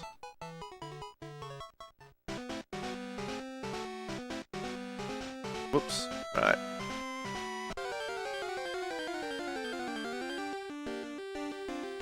Alright, Ursa Ring. Let's see what you're made of. Let's see if you can withstand Acme's attack. Oh, Acme's level 38. I should have switched it. I didn't even realize it leveled up just there. Actually, do have to have your phone on me at all times. You can't function without it near you. Well, my phone I don't even have a SIM card in. I don't think. Or maybe it's got a SIM card, but no, I don't think it does. Because I don't go anywhere without Froggy. You know, she's got the keys to the car. So we only really need one phone with service, and I just use my phone at home on the Wi-Fi. All level 40 Hypu soon? Soon. I could just train all my Pokemon up to level 40 here. But 38's high enough to try the Elite Four again and just see how we do, you know. Have a bit more fun with it. I don't want to bore you guys just by grinding in Victory Road forever. Alright, Ursa Ring. Alright. Alright, Pumbaa. Let's hit it with an earthquake.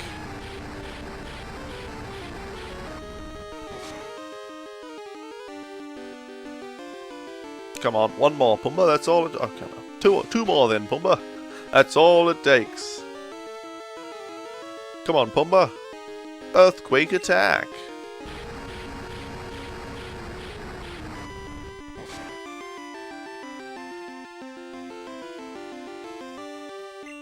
Mary looks like she's doing excellently. Shame she can't Mega Evolve in this game. Yeah. You know, I really just hated the idea of Mega Evolutions when I first heard them. After having played them, I'm still not in love with them, but it's not really negative at all. those Mega Evolutions. I hated the idea though. I just hope Pokemon, Nintendo and Game Freak know where to draw the line. Because that's what Digimon did. Digimon had no idea where to draw the line. If you watch the anime for Digimon, first season is all fine, you know, they get baby Pokemon, and then like in the first episode they turn into rookies, which is a bit too quick really, but whatever. Turn into rookies, that's fine, rookie Pokemon. And then throughout like the first season they turn into champions, I think. And it's like, whoa, champions, they're so powerful, it's amazing! Hey Alice is neat, welcome. Then the second season they get like ultimate forms, and then the season after that they start getting, I don't know, some even more powerful form, and that's like as far as they should have gone. And then they start doing like the Digimon Soul Fusion thing or whatever it is, with the Digimon master or trainer or whatever you want to call it, fuses with the Digimon.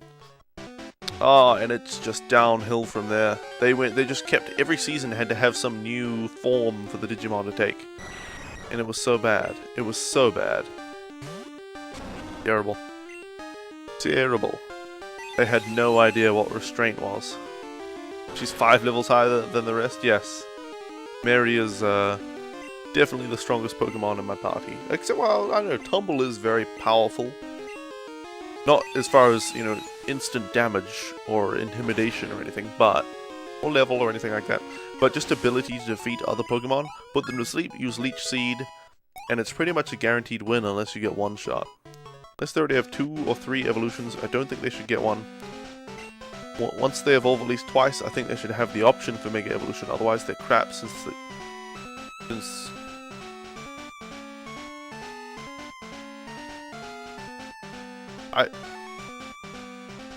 You mean Pokemon that haven't evolved twice shouldn't get Mega Evolutions because then they're just not powerful enough to make Mega Evolutions worth it? Never got into Digimon because of the theme song? Digimon, Digital Monsters, Digimon are the champions. Digimon, Digital Monsters, Digimon are the champions. Change into digital champions to save the digital world. Digimon, Digital Monsters, Digimon are the champions. Digimon, Digital Monsters, Digimon are the champions. Digimon, Digital Monsters, Digimon. You mean that theme song?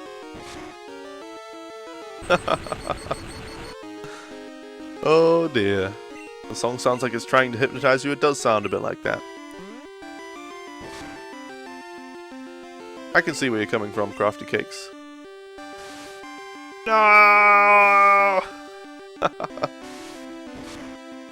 Oh, you guys.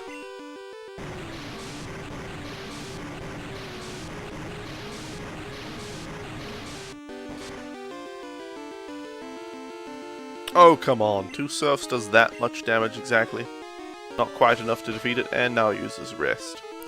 What a bastard of an Ursaring. What a bastard. You know what I need to check on?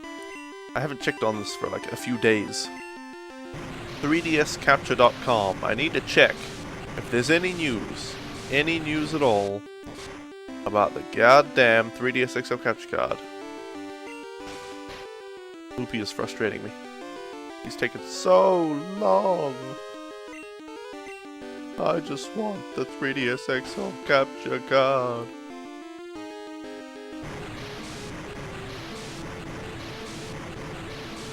Why, Loopy, why? You will hand all your possessions over to our company, Digimon. Oh, fair arm. Oh, fair arm. Digimon, Digital Monsters, buy all of our toys and games. Props for knowing the song. Thanks, Evo. You heard Digimon was good, but don't remember seeing any apart from the movie? The Digimon anime was good for a couple of seasons, and then it just... That's what it did, it just. But Digimon really shined in the actual Digimon Virtual Pets. They were great. Hey, Thomas Seeger Krantz, that's the one. I remember now. I had trouble with your name the first time as well. Welcome. How are you doing?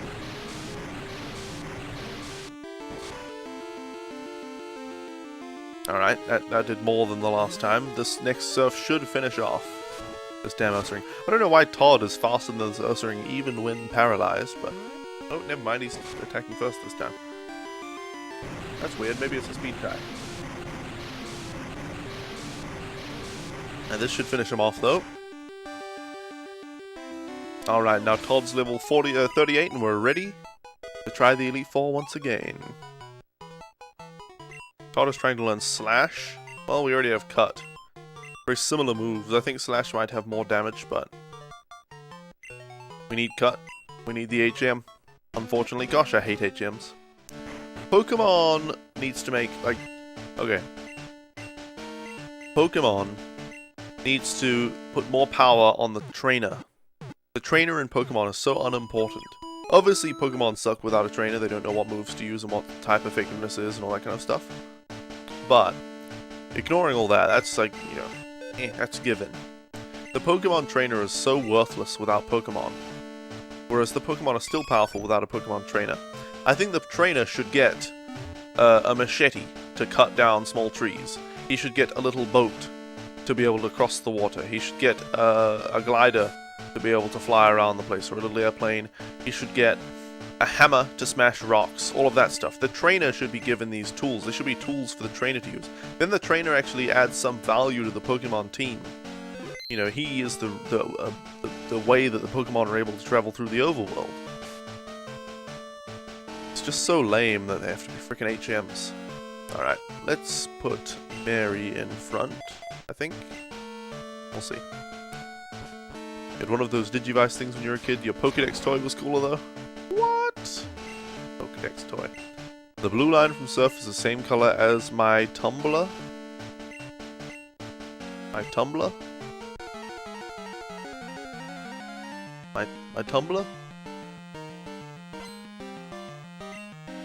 Oh, the Pokemon! I was like, what the heck are you talking about? Tumblr isn't like the website?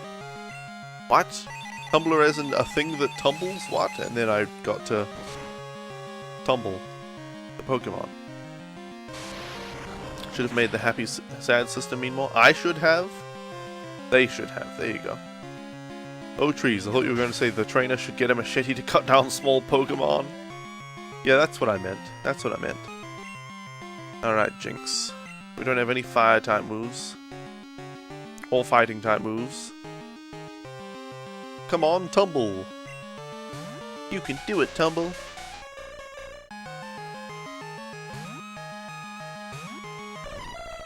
I should have, yes, I should have. I should have improved this game. Let's hit it with sleep powder. You mean my cup?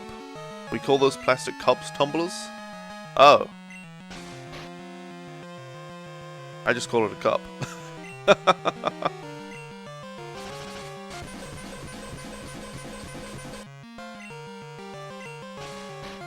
Alright, well, we probably shouldn't keep Tumble in against this Jinx, because if it wakes up and uses Ice Punch or something, Tumble might die in one hit. Or faint in one hit, rather. So let's send out Pumbaa. Gosh, my head.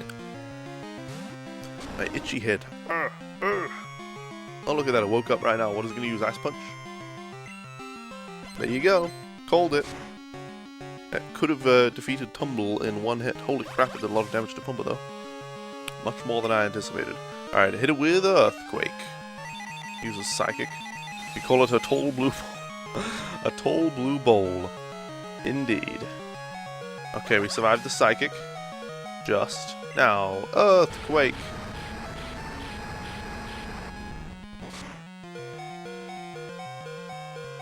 Okay, thank goodness that defeated the frickin' Jinx. Thank goodness. Who's next? Executor. Hey Royal Citizen, welcome. How are you doing? When you wear your chef's hat, which is a little tight, it always itches your head? Yeah. It might be that. It might be the Mario hat. Maybe I should just wear it like this. Instead of wearing it tightly on my head, maybe I should just put it on my head. Just sitting on top of it. So it doesn't make my head itch. Who should I use against Executor? Acme. Tumble. Todd. Let's send out Acme. What is Tumble's Pokemon name anyway? Jumpluff. It's Jumpluff. Goes Hoppip, Skiploom, Jumpluff, and it's the fully evolved form, so it is Jumpluff. As in hop, skip, jump. Alright, hit it with a rollout. Psychic, oh crap. It's going to do, like... It might one-shot Acme, actually. Psychic super effective against bug? No, okay, never mind, it's not very effective. Never mind. I guess bugs don't have very big brains. You doing Oh, drugs. You doing well, Royal Citizen? Jolly good, jolly good. Oh, that's unfortunate. I guess Mr. Brotak was sick at the moment. He just tweeted out that they... Well, I guess they stopped streaming. They were doing a 24-hour stream. I guess they stopped it at 12 hours. And he just tweeted out, sorry that we couldn't go longer. Ah, let's bring out Tumble. Bring out Tumble. Hop it, Skiploom, Jumpluff. Yep, hop, skip, jump. Alright, hit it with Sleep Powder. There we go. Alright, alright. Come on, Tumble, hit it with Leech Seed. You like Executor only grass and Psychic type? It's the only one. Q. Alright, Tumble, come on, Leech Seed, damn it. Oh, for goodness sake, Tumble. Executor is such a good Pokemon in 1st and 2nd gen. Really? I've never really used it myself. Oh my goodness. Oh wait, it doesn't affect?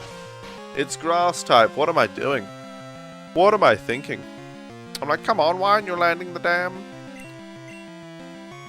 Leech Seed, man? Get it together, Tumble, and then... I'm trying to use Leech Seed on a grass type Pokemon. What a fool! Alright, hit it with Thunder Punch. Should do reasonable damage. Reasonable. Alright, will another Thunder Punch make it faint? It's hard to say. Hard to say. Crap. Psychic. Oh, this is not going well. This is not going well. There is one other, but it's legendary and is very difficult to get without cheating. Celebi. Oh, Celebi Grass Psychic? Huh. Interesting. Yeah, I'll be getting it via a glitch since you can't get it legitimately anymore in this game. Alright, alright. The only way to legitimately get Celebi without an event, so you just have to wait for an event, is to buy the... No, wait, I'm thinking of Jirachi. Can you get Celebi legitimately without an event right now? I don't think so. I don't think so. And Mary down. Well, we're getting wrecked this time. Acme's fainted with the rollout's gone. Bumba. Give it your best. Icy win. This is bad. Yeah, we're screwed. We are screwed. Alright. Come on out, Tumble! Hit it with Sleep Powder.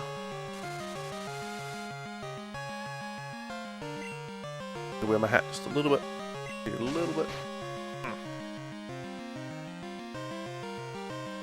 This is fine. This is fine. Hit it with Leech Seed. Celebi should be Grass Fairy as of now.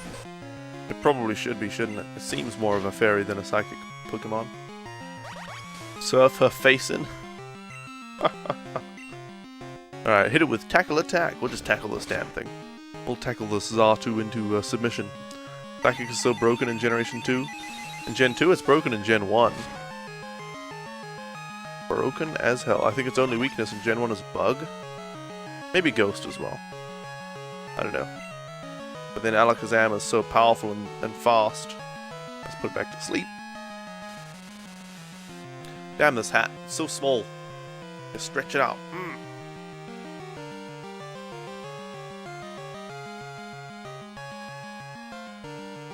This is not an adult-sized Mario hat.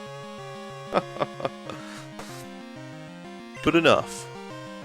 This is actually a little more comfortable on my head now than it was before. Alright, we're healing from the Leech Seed. Come on, let's hit it with another tackle. Alright, we should be able to get it now without too much of a worry. Gosh, I can't wait until a week or two from now. Ooh, I'm going to have a PS3. I'm going to stream some Spyro games. It's gonna be great. Alakazam's like the best damage in Gen 1. Yeah. It is a very strong Pokemon. Don't break my hat. If I don't want it or it doesn't fit, send it to you. Of course I want it. I'll need it. I'll need it at some point. I'm going to be doing a Mario-thon for charity. You know, raising money for St. Jude. Probably during the St. Jude Play Live event. You know, when everyone's doing it. So I'll probably be wearing the hat and I'll be playing a lot of 3D Mario games. Yeah, Alice is neat. You know how if you don't censor yourself, if you just say effing in my chat, it gets asterisked out, it gets censored? That's because I didn't want people swearing in my chat. So if you just censor out one letter to get around the censor, that's like subverting the rules, you know? So don't do that, please. Alright, Slowbro. Do Mario Kart 8? I might do. But I'm planning for the Mario-thon all the 3D Mario games. So Mario 64, Mario Sunshine, Galaxy 1 and 2, and 3D World. Are the planned games. I named my Jumpluff after Tumblr? No. I named it after a tumbleweed, actually. Although it's more like,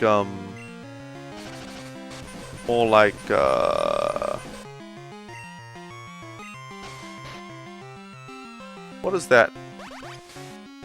What is that? Dandelion. It's more like a dandelion.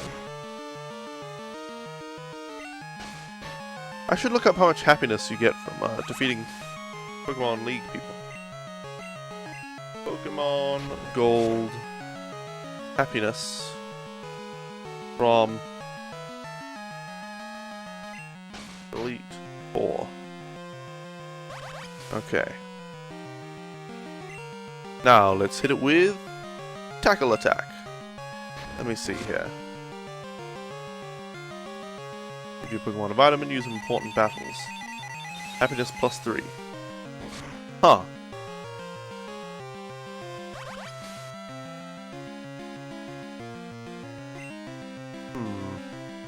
Fainting in battle reduces happiness by 1. But using him in a battle against the Elite Four increases happiness by 3. Apparently. I don't know if it means using and winning the battle. Probably it means winning the battle. Oh crap. I wasn't paying attention to that. He woke up. So we should be moving fast enough to put him to sleep again.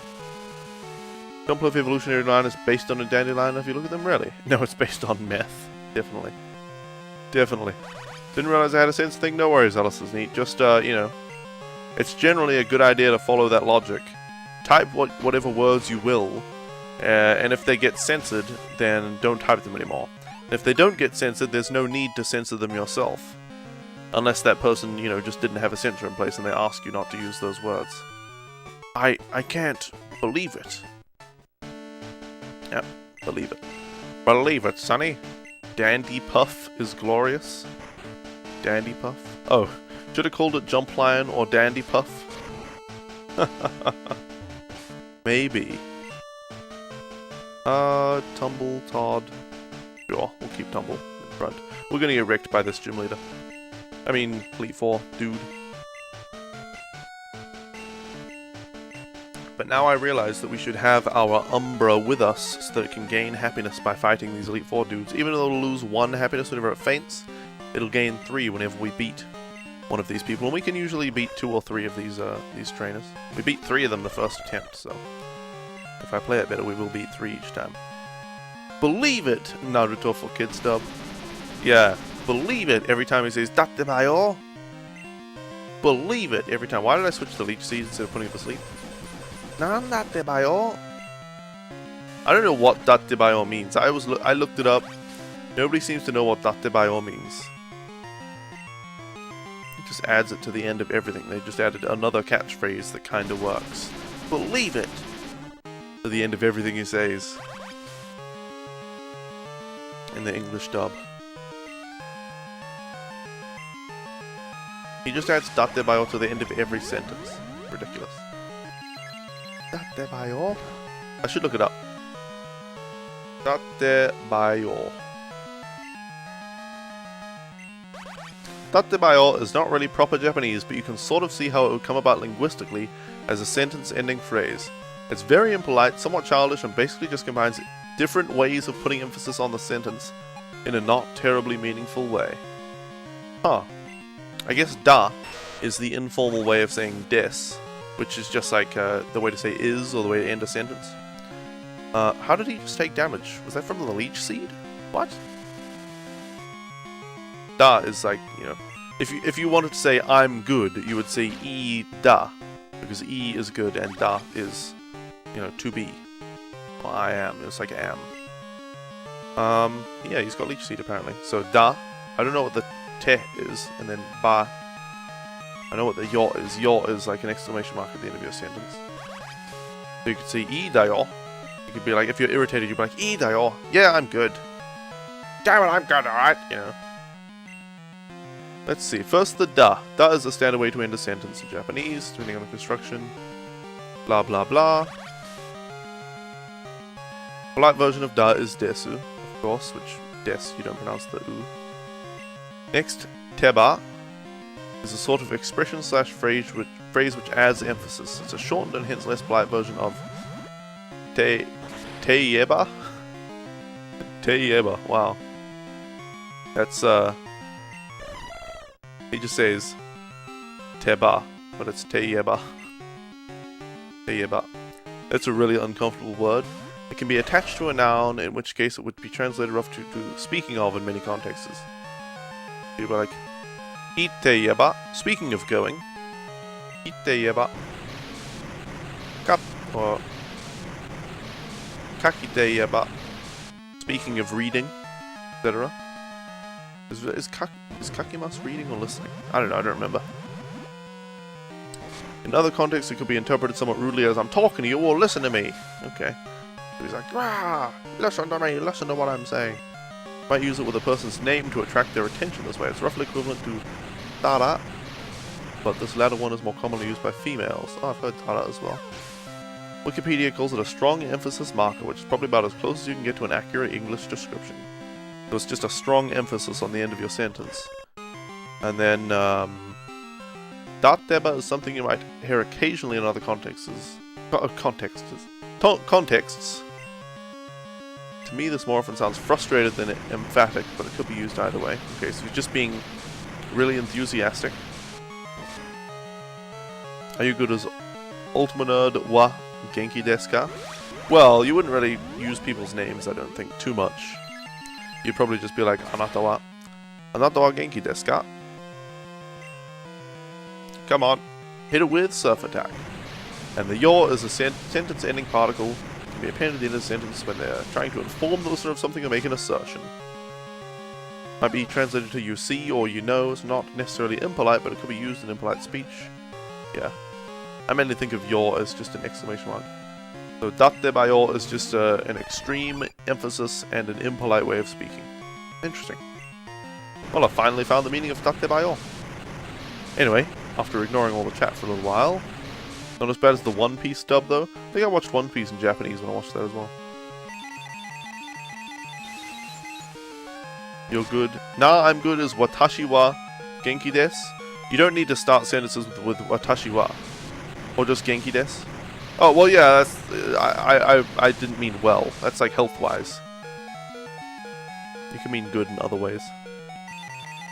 Or I'm fine, genki desu, yeah. People in Japan find anata offensive because it implies you don't know them. I haven't heard that. They say it in anime all the time. Yeah, you can just say genki. You can just say genki. Just good, or well, or fine, or whatever. Will I catch all in Hoenn after this? Probably not right away. Thomas. Eventually, I am going to do what I call Pokémarathon. This is Pokémarathon Classic. So I'm playing through Red, Blue, Gold, and Silver, you know, the classic Pokemon games. But I will play through all of the modern Pokemon games, so all the modern versions. Fiery Leaf Green, Heart Gold, Soul Silver, Omega Ruby, Alpha Sapphire, Pearl Diamond, Black and White 2, and X and Y, and catch all of the Pokemon in those games. Which means all of the Pokemon, all 719. I don't think the last 2 are available yet, right? All 719 available Pokemon I will catch. Although I'll have to wait for events for some of the event-onlys. So yeah, I will catch them all in Hoenn and all other regions. But I might wait until I get a 3DS XL capture card.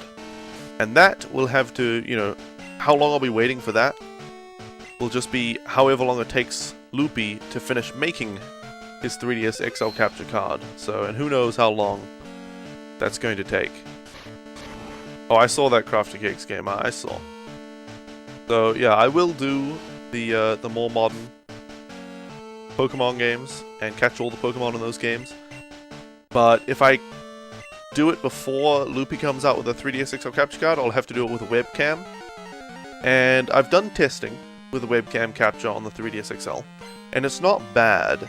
The quality is actually good enough. It's not amazing, but it's good enough. The problem is finding a setup that is comfortable for me to play while capturing the game. So I'll see if I can sort something like that out. But if I can't, I just won't do it until I get a 3DS XL capture card. And even if I can, I may not be happy with the quality anyway, so we'll have to wait and see. We'll have to wait and see. We'll have to wait and see. But if I have to wait too long, I will just do it regardless of the relative comfort level. Alright, let's send in Tumble.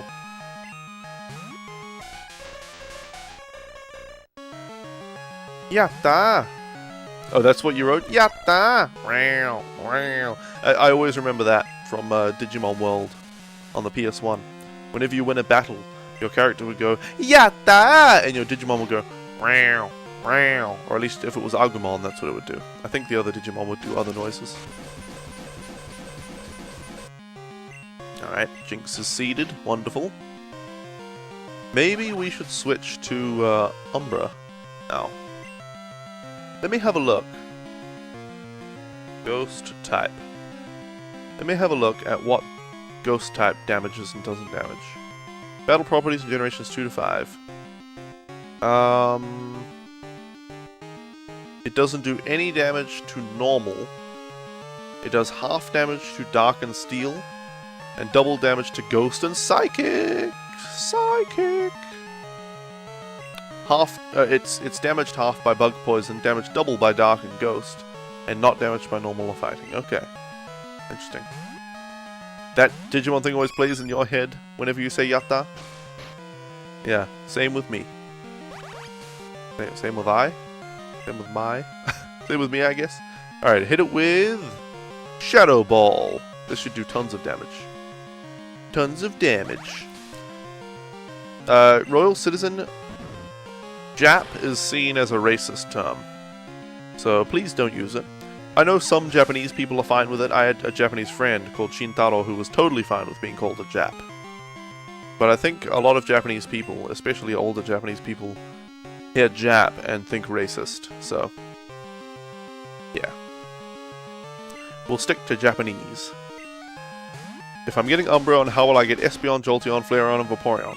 I already have Jolteon, Flareon, and Vaporeon in Pokemon Red, so I'll just trade those over.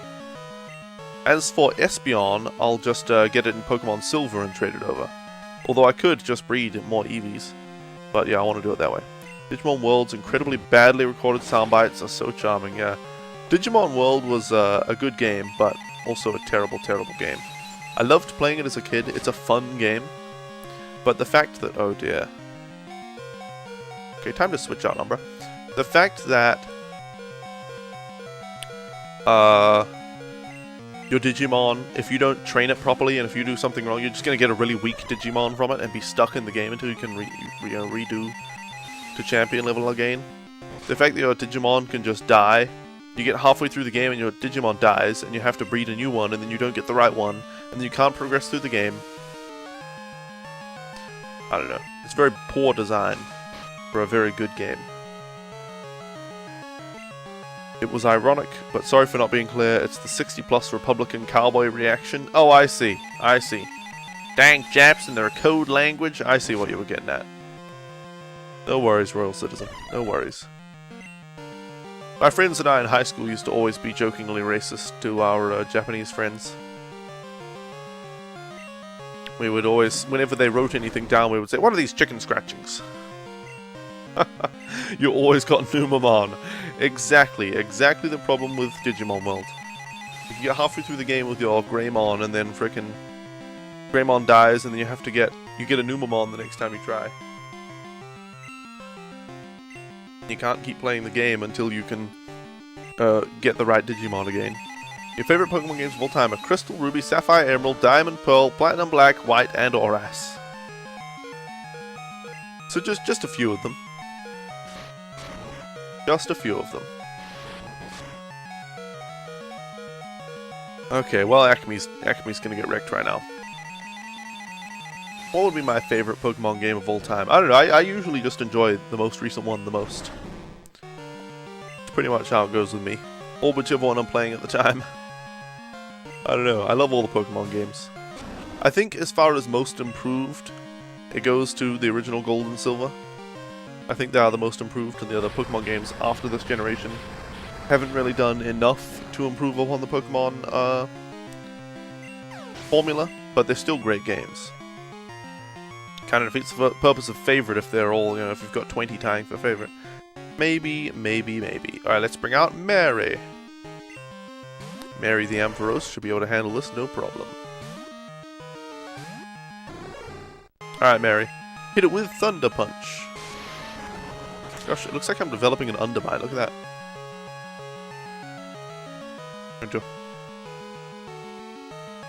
I need to bite my lower lip.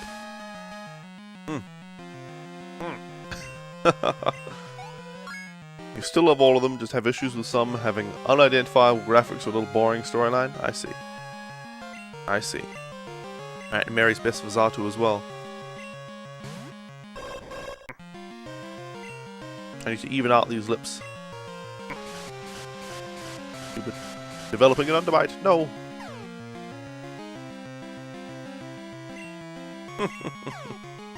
I noticed that on the webcam since I started using it. I didn't used to have an Underbite. Alright, come on, Mary. Hit it with Thunder Punch. Stop hitting yourself and hit this Zato with Thunder Punch. Come on, you can one-shot it. All you need to do, there you go. There you go. That's what I wanted. That's all I ever really wanted. And that should add +3 happiness to Umbra. The EV to be Umbreon. I can't believe it. Really, this is the 3rd time I've beaten you. Why can't you believe it? It's really quite, like, it's a given that I'll beat you at this point. Come on, man. Alright, let's save the game here, because guys, it's been another hour, which means it's time for another break. Computer transition. Alright, thank you guys so much for watching until now. I'll be gone for a few minutes. In the meantime, please enjoy my YouTube videos. Which one should I give you? I'll give you the Hitman series. Hitman series is pretty good. Pretty good. Alright, thank you guys for watching, and I will see you all back here in a few minutes. Computer start break time. Step 1. Take out the nurse. Step 2. Kill the driver. Step 3. Plant the bomb. Now with their driver dead, they'll drive away and you can activate the bomb. Good work, Agent 47. For your next mission, we need you to impersonate this Asian man. So there you are.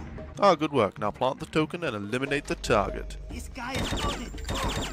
A flawless kill. They never saw you coming. Welcome, honorable guest. Every pleasure is available inside. Welcome, honorable guest.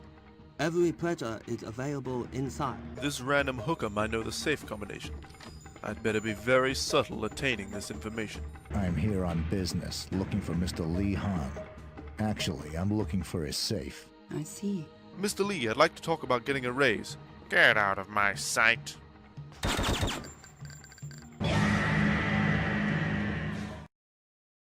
Oh boy, I can't wait to play Hitman 2.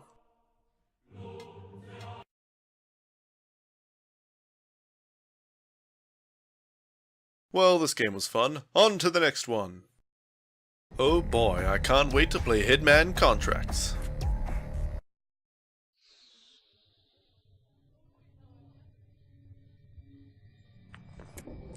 Damn it. What? I just started the game and I'm already dead. So this is my first target. Suffered enough? Don't you think I know how much suffering I'm responsible for? I can't sleep. I haven't slept in the guilt I feel. Ah! I do not feel good about this. This is a delicate mission. I'll have to exercise my very best stealth techniques to complete it.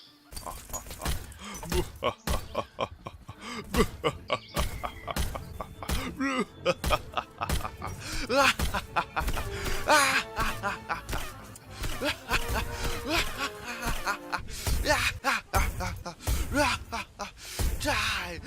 Die! Die, all of you, die!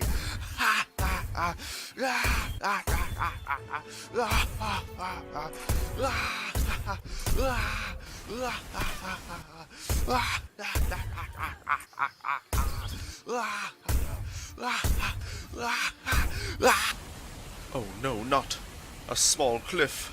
There's no way I could possibly get past this. But I have to. I have to for the agency. Die, Cliff! I've got to use all my agency training. That's it, man. To get on this cliff.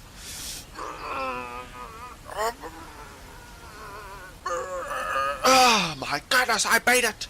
I defeated the cliff!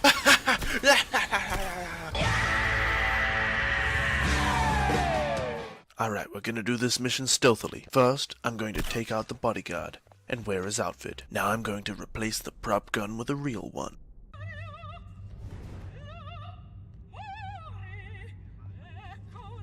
Now all that's left to do is to kill this guy and stroll on out of here. Die! Die! Die! You think that was 47-2? We were so confident we set up an international task force to hunt him down and destroy him. Crap, they know it's me. I'll have to blend in at this mental facility by being this guy's spotter. Come on. Come on, Dover. Come on. Come on, Dover. Come on.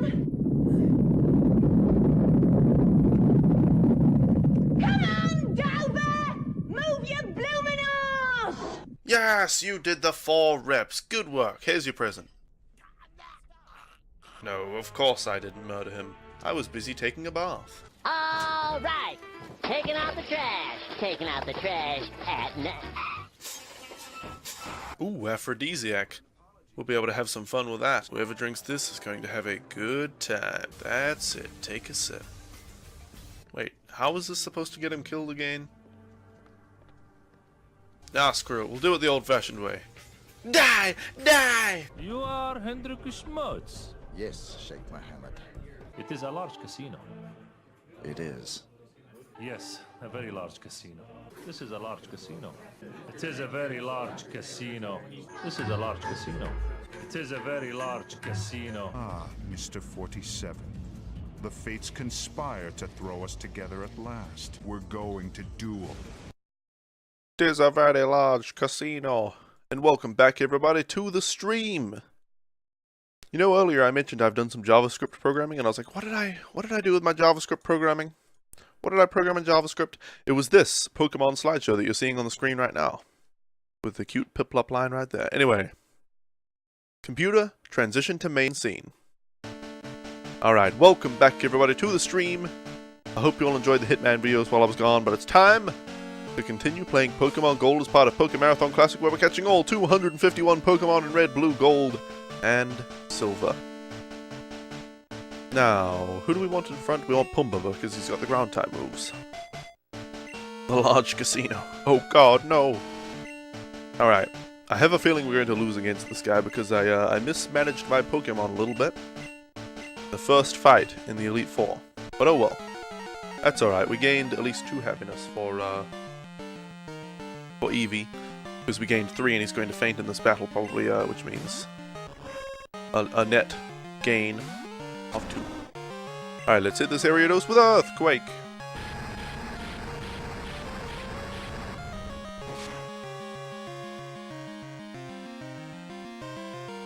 Oh, easy peasy, critical hit. Just like that, I knew that was going to happen. It was planned. Planned for. Okay, who's next? Venomoth. We could keep Pumba in, or we could switch to Mary. Let's switch to Mary for this one. Mary having electric moves, super effective against flying type Pokemon. Come on, Mary, hit it with Thunder Punch. Crap. This is a disaster. Or it could be a disaster. It's a potential disaster. So, Ultima, don't know if you already answered, but how's the food in Texas? And do I live alone / with Froggy? I live with Froggy, yes. And the food in Texas? Very cheesy. Being a vegetarian, and everything being beef here, it's a little, limited, but it's fine. It's fine. I enjoy the, Olive Garden. Olive Garden is good. With their fettuccine alfredo and their 5 cheese ziti al forno. And their unlimited breadsticks and their delicious salad. Ooh. Let's see here. Let's bring out Pumba. We don't have Tumbles, so we're kind of screwed if we come across a difficult Pokemon. But yeah, food's fine. Let's see. Hit it with Earthquake. I don't know, in New Zealand I didn't really go to any restaurants because I couldn't afford it, but Froggy's dad takes us to like Olive Garden or Jimmy Changa's or other, you know, relatively cheap restaurants quite often, so yeah. I'm making you hungry, Ferram? Well. Isn't it like... Hold on. If Daylight Savings just changed for you, it's now an hour later, you're in UTC plus 11 right now? And I'm in UTC minus 5, aren't I? Which means the net difference is plus 16, which is equivalent to minus 8. So it should be 13 minutes past midnight for you, right? Around about that? Well, let's send in Todd for this next one. And see what we can do. Todd was up by the spikes. Brilliant. Muck. Okay, Muck is not that bad. So what we're going to do is use a Hyper Potion on Umbra. Because I need to switch in Umbra and then switch him out just so that he gets the happiness from being involved in the battle. Acid Armor, that's fine. Totally fine. Okay. I'm kind of thinking we should try to defeat the Muck and then switch a number and then switch him out on the next one. Spot on, wonderful. I'm getting together. I'm getting it together up here with the time zones. Gosh, it's gonna be great when I cut off all this hair. I'll probably be doing it around May next year. March or May? Whenever that St. Jude Play Live thing is. St. Jude Play Live. Whenever that event is. Oh crap, Sludge Bomb does quite a bit of damage. Come on, Surf Attack! St. Jude Play Live. Play Live. When does it... When does it run specifically?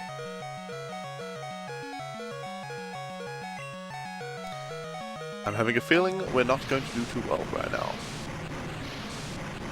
Yes. DX Racer, Razor, Origin Peak.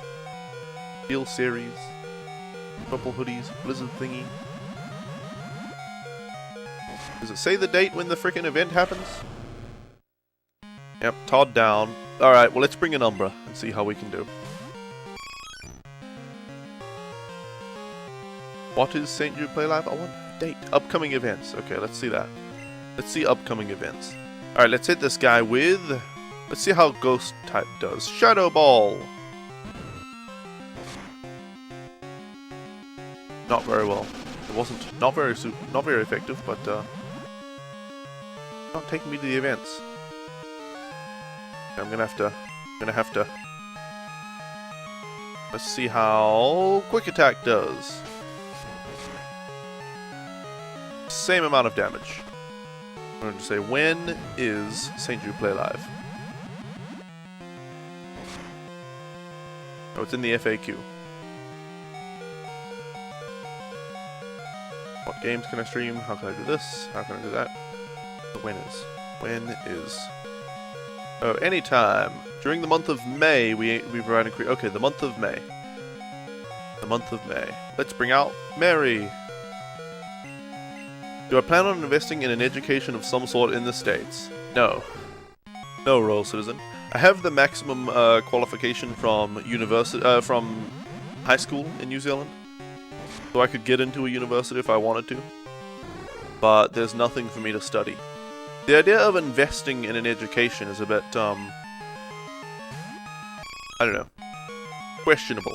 Because it's like, sure, getting some kind of qualification is valuable in some way, but only if you actually want to get the job associated with that qualification.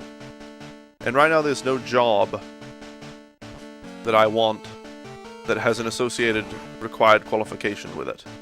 Any job that I would actually be interested in as long-term, pursuing as a career, which is just, you know, there aren't very many, because I'd rather be a house husband and have my hobbies on the side, hopefully making a little bit of money, is the plan. But any job that I would be willing to, you know, invest my career into long-term would be pretty much jobs that you can get into without standard qualifications. Like game development. You know, you could go to a game development studio and be like, hey, yes, I have this qualification, I got this game development qualification from this university, and I studied game design specifically, and level design and stuff like that. Or, I could, in my spare time, make video games, and go to them and be like, hey, I don't have a qualification. Well, to mute my mic and clear my throat.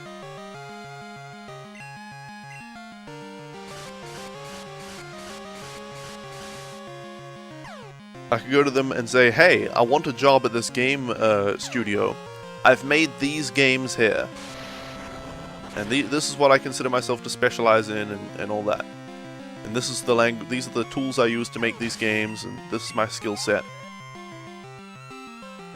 I think that's just as good as a qualification, and I think many game development studios would agree. Let's bring out... Oh yeah, let's bring out Umbra for this. So, or I could get in... What else could I get into?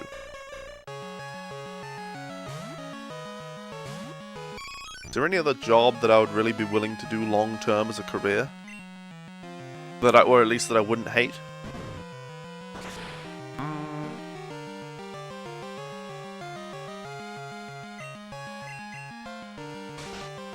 I could be some sort of commentator, you know, for gaming esports events and things like that. I could do that. But I think the main qualification for that is just to do it in your spare time for tournaments yourself. You know, go to smaller tournaments and ask them if you can be the commentator for their tournaments and things. And then get one of the big guys to hire you. I think that's how, like, all the commentators that currently commentate esports got into it. So, and you just have to be, you know, knowledgeable about the game that you're commentating. And a good commentator. Alright, let's hit it with sleep powder. Your career is in language, which is ironic because your English sucks. Well, language isn't all just, you know, language careers aren't always just about being really good at one or two languages, but you could be fair or understandable or pretty good at lots of them. Something, which is, I don't know, I assume you're good at more than just English and whatever your native language is. Unless English is your native language and you're really good at other languages than English. Alright, let's hit it with Shadow Ball.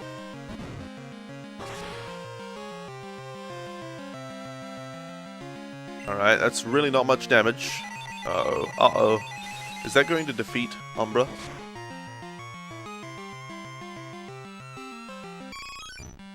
We need Umbra to be lucid. Alright, let's switch to Tumble. And hit it with Sleep Powder again. Gosh, my throat when I talk this much. Me poor old throat. Alright, come on, Tumble. Good, good, good.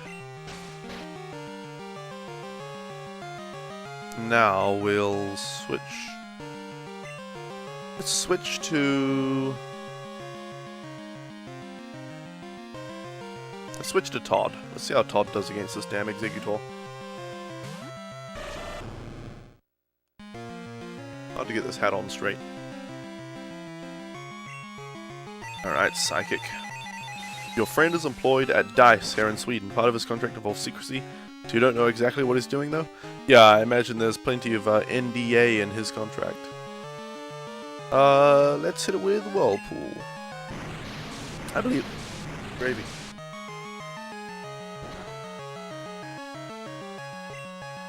I believe Whirlpool does damage every turn, so that'll be a good investment for our turn there.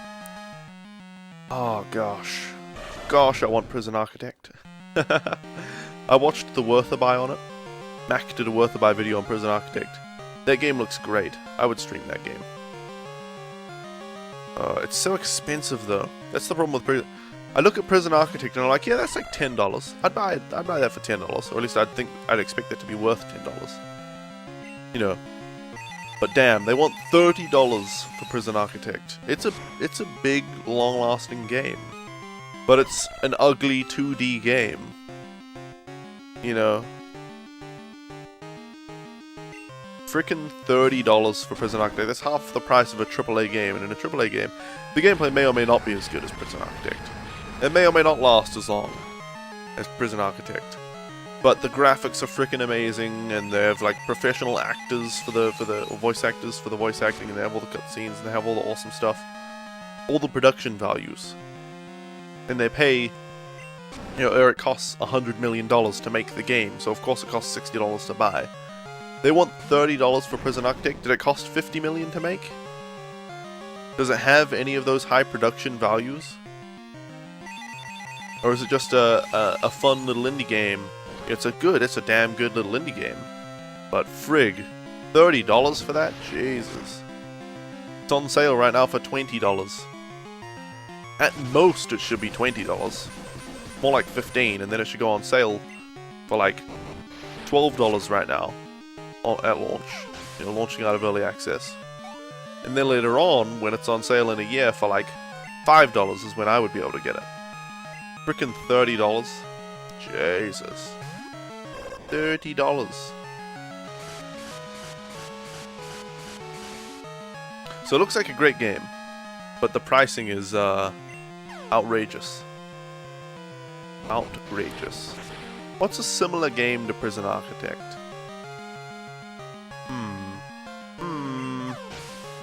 Okay, here's a similar game to Prison Architect. Now, it's obviously it's like same genre, different game sort of situation. But Cities Skylines. Let's see how much Cities Skylines cost. What's Acme trying to learn Explosion? For goodness sake, Acme. Get over your bloody self. Okay, Cities Skylines costs $30. Cities Skylines is $30, and they want $30 for Prison Architect. Freaking outrageous. Really good game, but outrageous price. Suppose they pushed up the price to whatever amount that makes them cash in the most based on sales? I don't know what you mean. I don't know what you mean. And let's bring out Mary for this. But yeah, that is just crazy.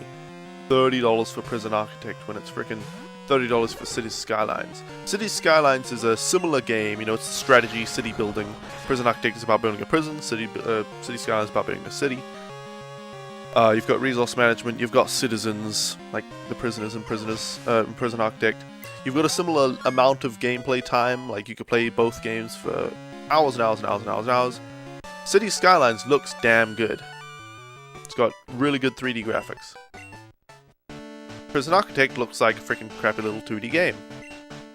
Doesn't look that bad, but it's, it's a crappy little 2D graphics, whatever. They do the job. Cities Skylines has huge modding support. I haven't heard about any mods for Prison Architect, so they're way overvaluing their game. It's like I said, really good game. Not worth $30. Brig. You would say it's of similar quality? The gameplay? Sure. Graphics are not everything, no, but they are worth something. And if two games have similar gameplay, a similar amount of gameplay time, and the same price, but one of them has huge amount of modability and way better graphics, that game should be worth more. But they're worth the same, apparently, according to the developers of according to the developers of Prison Architect. Hey, Swalimo, welcome. How are you doing? So no, graphics are not everything, but they are worth something. Alright, let's hit this guy with another Thunder Punch. Yeah, it's just outrageous that they're pricing it at $30. I was really interested in Prison Architect. I was like, damn. When I watched the worth of it, I was like, holy, this looks like a great game. Then when I looked at the price, it's like, well, I'll wait for a freaking 75% off sale. Just like I have to do with AAA games, you know. Oh, well. Have to wait. It was Bide. Pretty good. How about me? I'm pretty good, thank you, Swalimo. Pretty good, thank you all. I've been working on something. Something for the stream. Something I'm very excited about. I think Bide was the wrong idea because we're going to do, well, we'll do like 28 damage or something. It did 14 damage to us in the time that we were biding our time, but Rollout would have done much more than that. Barely any damage first attack. I don't know, a little bit less than Bide on the second attack. So combine the first and second attacks will do the Bide amount. Most likely they put the price at a level which they observed kept sales at a good rate, without deterring the majority of potential customers. I think that's why it's $20. I think that's why it's on sale. But I don't think at $30 they would make very many sales. Oh my god, the explosion every time! Every time! That, or they're stupid, but that's their problem. Yeah. Yeah. I think they priced it at $30 just so that they can give it a 1/3 discount at launch. Look guys, it's 1/3 off. That's, you know, you better get it now while it's so cheap. When it's still $20 is a bit higher than I would price it at. $20 is like the upper end of what I think it should be priced at on Steam. $15 to $20. I think 15 would be a good price for that for Prison Architect. But $20 is like the upper end, but still acceptable. Frickin' $30 is just their way of selling it for $20, but calling it a discount. I don't think they actually expect sales at $30. Just die-hard fans will buy it at $30. People are like, oh my god, this game is the best, I need it. We'll get it at 30. But I think most people will wait until sales. Depends on how long it has been up for sale. It's been in early access for like 2.5 years, and it just released. Just did the full release. To be fair, this is the only problem I have with that company. This is the only problem. The pricing of their game is the only problem I have. Are we talking about Greenlight? We're talking about Prison Architect. You know, they did a really good early access thing for Prison Architect. It came out like 2.5 years ago with very basic gameplay, but it was alright. It's fun to mess around and all that. And it had enough, like they had the sandbox mode or whatever. And they slowly added like content each month. They added some content. They upgraded the game. And after 2.5 years, they finally finished development. It is a complete game, good game, and then they released it. They didn't really screw anyone over or anything like that, as far as I can tell. Whoops, sorry. Oh, that noise. So they did a good early access game, but it's just overpriced. It's just overpriced. That's the only problem I have with the game. Just an overpriced game. Alright, we're gonna get wrecked by fighting type guy.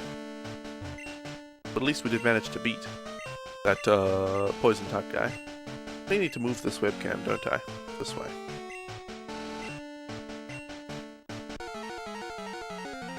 A little bit more. You hate investing in an incomplete game? I wouldn't call it investing.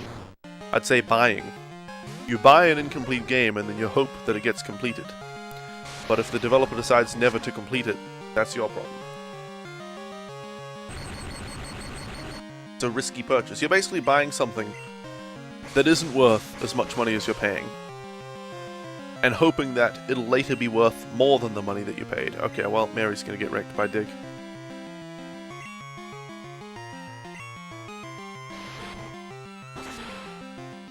Yeah, a lot of early access games are just a money sink. Just buy it, and then it never gets finished, and you paid more than what's worth for the early access, so. It's like buying a single page out of a book. I don't think it's that. I think it's, I mean, it can't really be compared to books.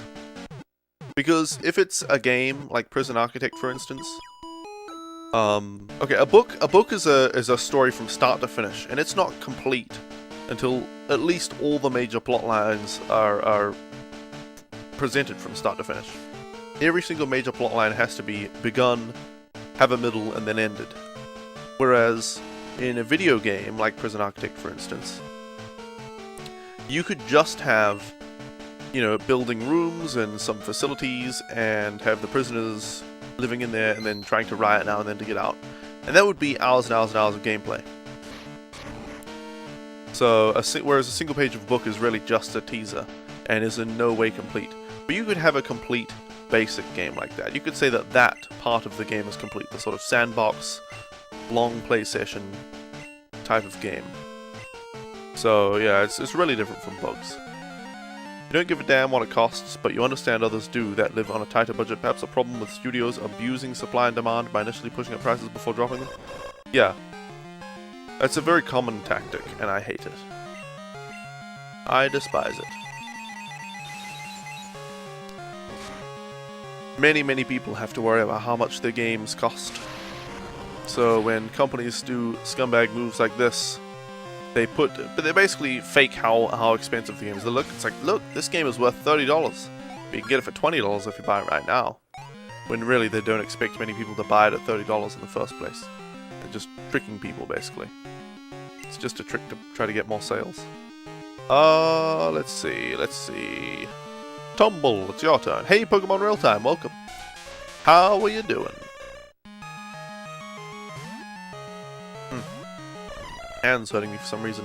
None of the fingers I've been using to play, so it's peculiar. There we go. Just muscles were tight for a second.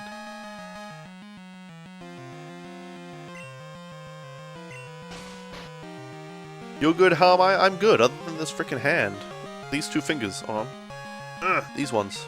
Freaking hurting me right now. What's up with that? Daisy. Yeah, Daisy. Yup. Frickin' Daisy. That's a joke of a game. Come on, Umbra, you can do it.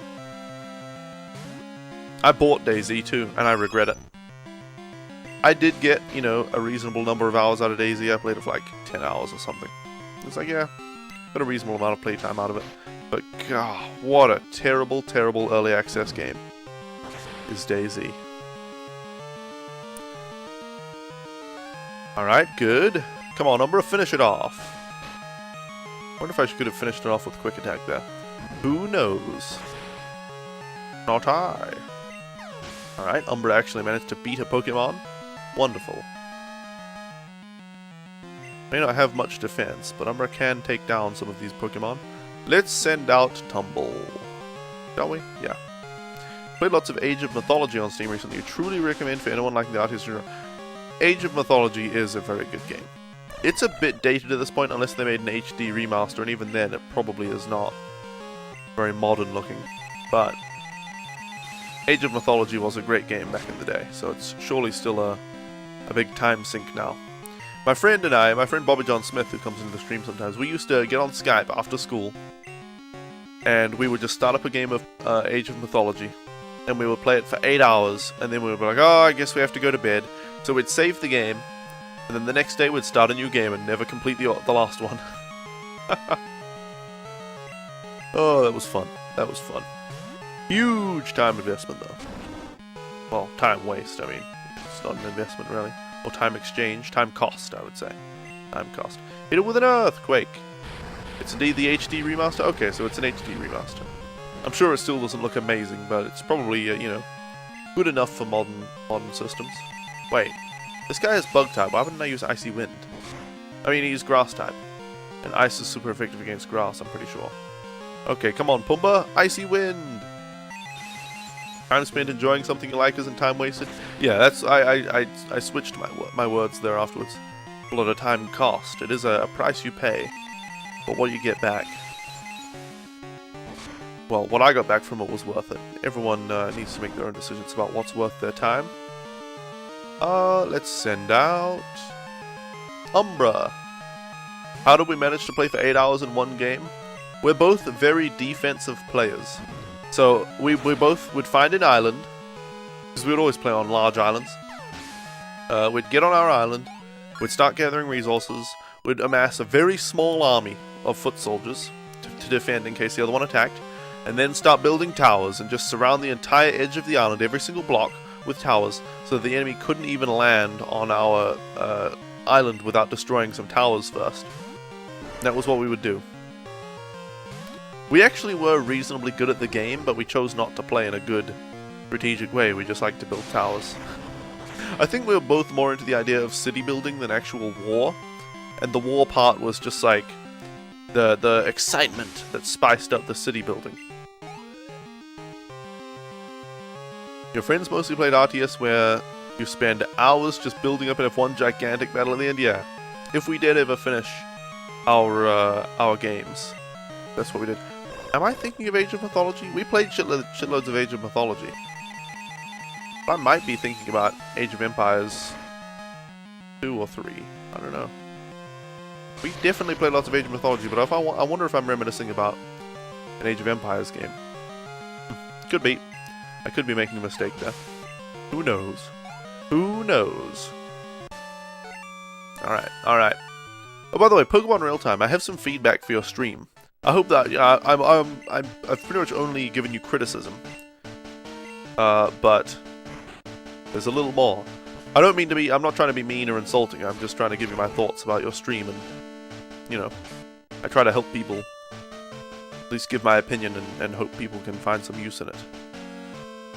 We should revive Pumbaa, because we kind of need him for this.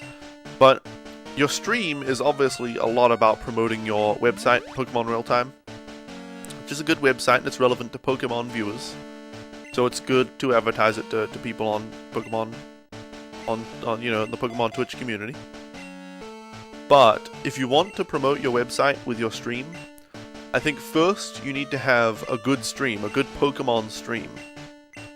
And then you can promote your website. And I don't mean you can't do them at the same time. I don't mean that you can't start promoting it now on your stream.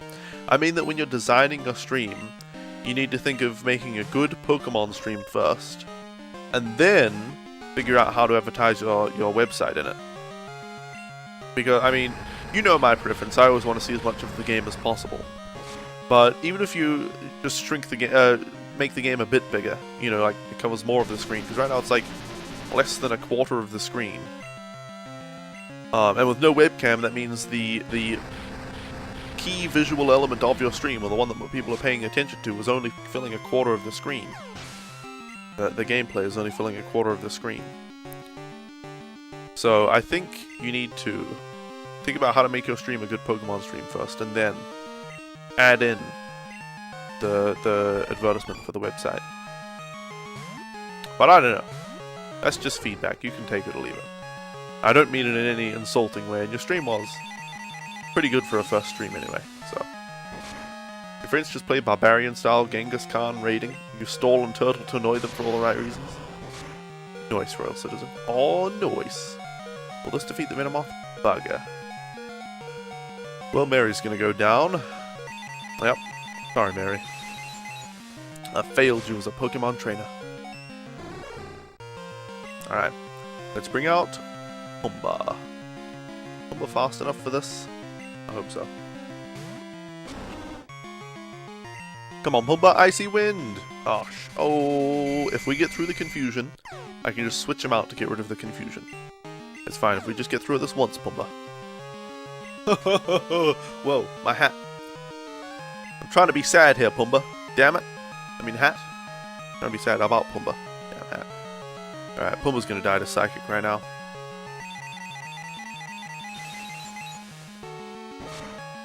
Pumbaa, why? Okay, get through the confusion. I believe in you, Pumbaa. Come on. Oh, come on. Come on. Alright, Acme. You can do it. I believe in you. When I said I believed in Pumbaa, I was just joking. But this time it's for real. I believe in you, Acme. Even the game devs knew Psychic was broken. Yeah. Well, it's not very effective against Acme, though. I think Psychic is not very effective against Bug. Okay. Good, good. Supersonic Bugger.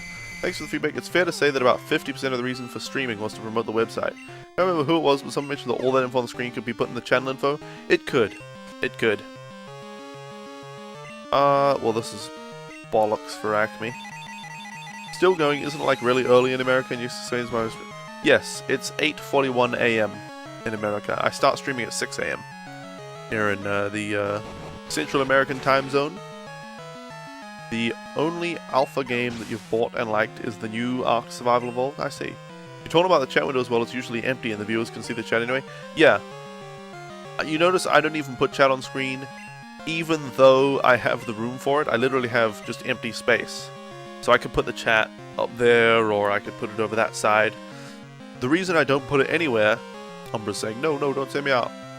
The reason I don't put it anywhere is because, you know, some people who watch on full screen might want to see the chat as well. And for them it kind of sucks, but they can do it if they want. They could bring up the chat in a pop-out window and put it over the stream a little bit, or whatever. Or if they want to see the chat, they can go into theater mode, and the stream just becomes a little bit smaller to accommodate the chat on screen. But if people go full screen and don't want to see the chat, then they're forced to see the chat. A lot of people like to lurk in streams and just watch streams as entertainment rather than in any kind of interactive medium. Maybe they want some background noise, or maybe they just want something to watch while they're doing something else. They don't want the chat. So forcing the chat on them, it's like, hey, you went to full screen, but you still have to watch the frickin' chat. It's still gonna be there. You know? I see that as too much of a negative to outweigh the positives of having chat on screen. Another reason to consider chat on screen is for stream archives, but I just read out most of the chat before I respond to it, or I answer it in full. You say, why don't you have chat on screen? And I say, the reason I don't have chat on screen, blah blah blah, you know. Or I read, why don't I have chat on screen? Well, I don't have chat on screen because, you know, like that. So that people get what the chat said anyway. Chat can be very distracting. Yeah. It can be. It can be indeed. Alright. Alright, come on. Nope. This is terrible damage. Terrible. Muck use and minimize. Come on, Todd, you can do it. Hit it with Whirlpool. You're doing something else right now. Oh yeah. Eating ice cream. Nice. I think a good design would be if I pushed the game window to the right but kept the same size, then widen the webcam a bit to fill in the little gap, then have chat either above my head or move the cam up and have chat under. The thing about that is, first of all, the stuff on either side of my webcam is intentionally cropped out. The reason my webcam is taller than it is wide is because I don't want you guys seeing into the rest of my room. You know, you can see this poster here. The Howl's Moving Castle poster, that's nice. But I even have that door open to hide stuff. I just don't want you guys seeing all the stuff that's in this room. So it's intentionally cropped so that you don't see all that. So, you know. And then keeping the cropping, because you know, that's not a question at this point. If I shifted the game to the right and then increased the webcam size, I did try that. I tested that. I test all sorts of different layouts before I ever commit to one. I tested that. I pushed the game to the right side of the screen, and then I increased the webcam size to fill the rest of the space, just how, you know, without stretching the aspect ratio. The cam literally went almost all the way to the top. There were a few pixels, and then the cam. So I could have made the cam fill the entire rest of the screen, but that would have been hideous. So I prefer to have the white space so that I can keep the game central and keep my webcam at a reasonable size. Because the webcam, I'm sure some people watch the webcam more than they watch the game, but the game is intended as the primary visual entertainment. So if I push the game to the side to make the webcam bigger, people would be distracted by the webcam. So, alright, let's hit this guy with rollout. So I don't want to uncrop the webcam, and I also don't want to make it bigger. So that means there's no reason to push the game to the side. And as for chat on screen, I just explained why I don't want that on screen. Even though I have all this white space, I have plenty of space for chat up there or over on that side of the game. Plenty of space, but I choose to have white space instead of the chat. Think about visual elements and where the eye is drawn to. Yeah, exactly. Exactly. Alright, come on, Acme. Come on, Acme. Damn it. Wait. One of these times we're going to get 3 or 4 rollouts in a row, and they're all going to hit, and we're going to get some damn good damage. Until then, we're just going to stand here like lemons. Are you just going to stand there like a lemon? Oh, come on. I am working on something, by the way, guys. I am working on something that will... It'll take up some of this space occasionally, and it'll take up the space over on the right side of the screen, partially. I am working on something. The super secret thingy-mabob that I'm developing right now will fill in some of the white space. But it still won't cover anywhere close to all of the white space. But yeah, it will make those areas more utilized in some way. I can't tell you how just yet. I've only just started programming it yesterday or the day before. I think the day before yesterday was when I started programming it. If you're making a response, I usually look at the webcam. Oh, if I'm like responding to your chat? Yeah, I can see that. Come on, hit some damn rollouts. Rolls out? I don't know. Get like Shockwave where it never misses, or Swift. Eh. I say eh to each of those. I don't really need those, I just need Pumbaa to survive so that I can use Earthquake on this guy and just kill him in 1 or 2 hits. You choose Cyndaquil and then get a Starmie. Pretty good strategy. That's a fair strategy. Lots of fair strategy. Alright, come on Acme, come on, hit him with your rollout. My goodness. My goodness. This muck isn't even attacking Acme. So it's a bit of a battle of the brick walls. He's got maximum defense. Oh, for goodness sake, Acme. Maximum defense and I think maximum evasion at this point. And we're using an inaccurate move that starts off with very little damage. Alright, second rollout. Here we go. Yes! If we get 4 rollouts here, I think Muck will be defeated.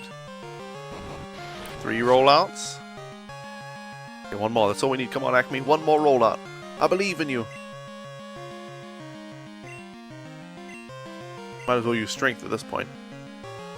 Don't usually evolve Cyndaquil. Sounds silly, but it's so cute. Just like Bulbasaur. Bulbasaur is too cute to evolve as well. Bulbasaur just becomes uglier and uglier as it evolves. Poor thing. That poor thing. Have you guys seen Star Wars Battlefront, by the way? I watched a little bit of it. I watched Celohheim. I'm gonna call Elohheim because he's a mega sellout. And I watched Co-Carnage and I watched some other people streaming. I didn't really like any of the streamers. Ko's alright. But I did like the game. I don't think I'll buy the game or anything, but people really, like, before Star Wars Battlefront came out, or now it's a closed beta or whatever, people were saying that it's just some terrible game. But as far as being an online shooter goes, not really a Star Wars game, but an online shooter, doesn't look that bad. Looks alright. We saw a cool drawing of Bulbasaur on Twitter this morning where he had a big flame instead of a bulb, and he was red. Oh, was it like a Pokemon Fusion thing? Damn, that Muck loves Acid Armor, yep. Not sure about Bulbasaur, he's okay, but you think Squirtle is cuter? Squirtle's pretty cute. Wartortle is ugly, Blastoise is cool. I don't think Wartortle's that ugly. He's a bit uglier than Squirtle, though. He is uglier. You have Squirtle, Wartortle, Blastoise figurines in front of you on your desk? Nice. Brogy and I recently bought a Froakie in an Ultra Ball. You can get these different Pokemon figures in different Pokeballs. We got a Froakie in an Ultra Ball because that's, well, Greninja I think is her favorite Pokemon. So, Froakie was the one we could get. Muck's fans threw acid at him so he needs acid armor? Yeah, exactly. Exactly. Alright, who's next? Crobat. Well, we've run out of, our electric type Pokemon has fainted and we don't have any rock type moves yet. Umbra's saying nope, please don't send me out there, nope, nope, nope, nope, nope. So, alright, Acme. It's up to you. Oh, we do have rollout. Never mind. Can we survive? Wing attack's going to do a lot of damage. I don't want to use the potions. Come on, roll out. I believe in you, Acme. Double team. Okay, okay. If we hit through the increased evasion. Okay, okay. Hit through the increased evasion. I believe in you, Acme. Just hit like 2 or 3 times. Come on, come on. He's only flying poison, isn't he? So he's... Yes, it's super effective. Uh-oh. It's going to do a lot of damage. Okay, okay. Come on, Acme. Oh. Why, Acme? Why?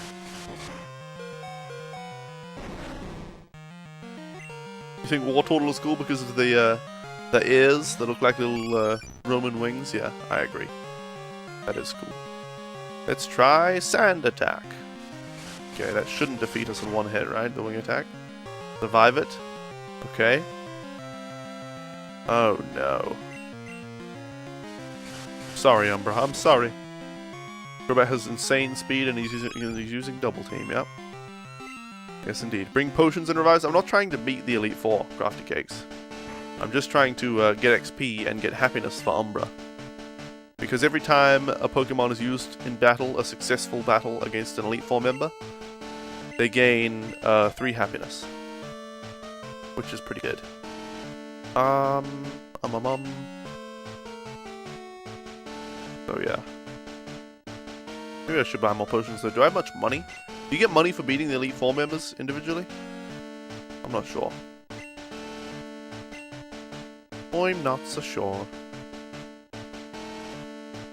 Alright, let's go. Okay, okay.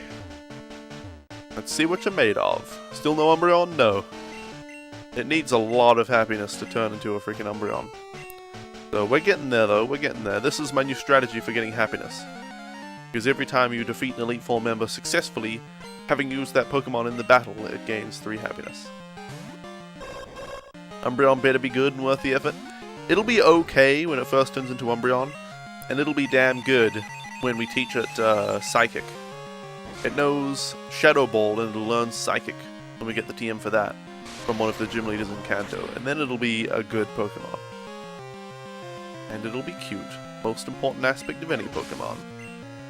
Remember back in the day trying to get Umbreon was during a long car trip at night? Perfect opportunity? Nice. Alright, Jinx.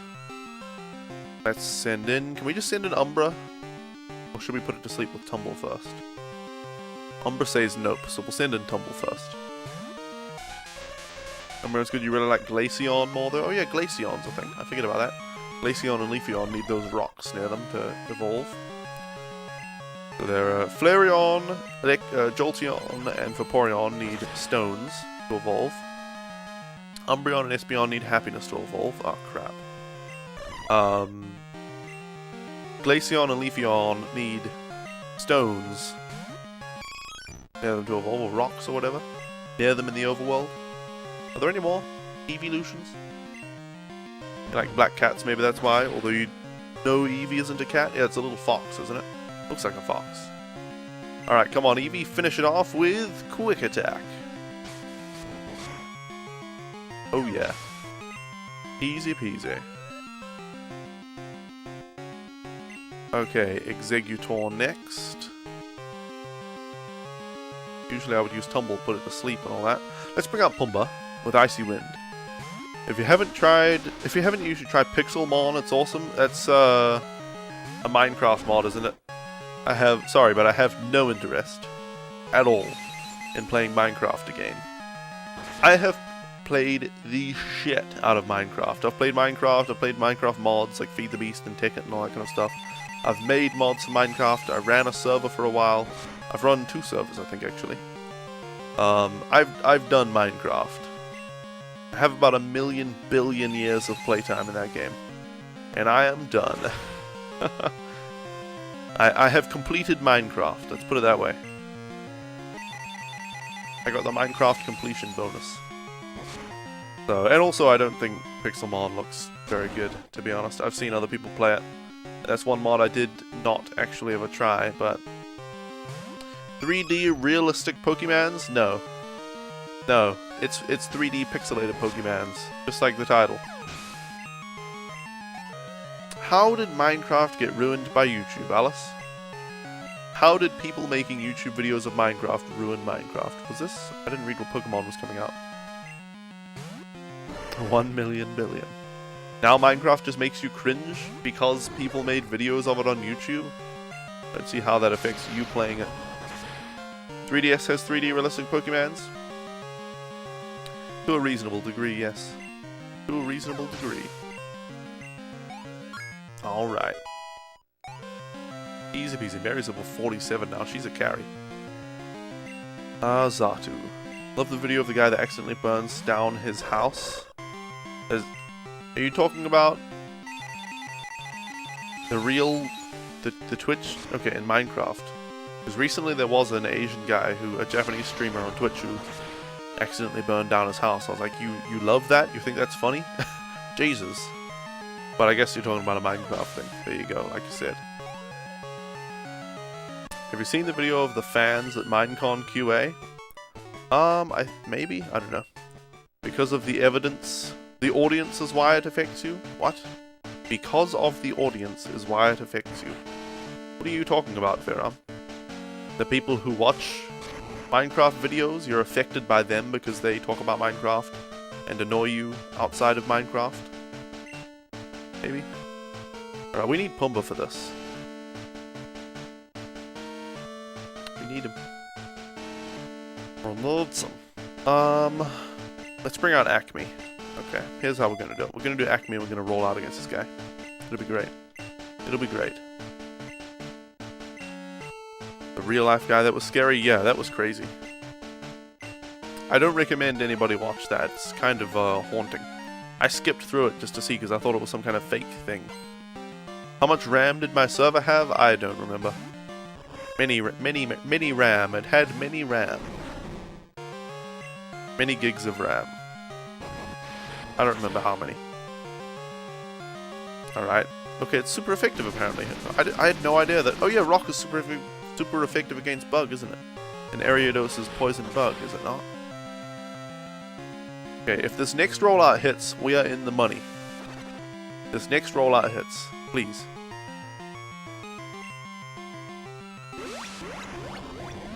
You don't want to associate yourself with some members of the Minecraft community, therefore you don't play Minecraft? Is that what you're saying?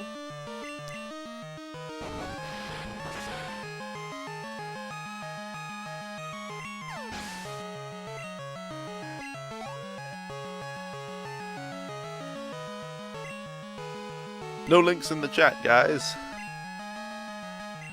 Moobot just timed you out there, or removed your, purged your Pokemon real time.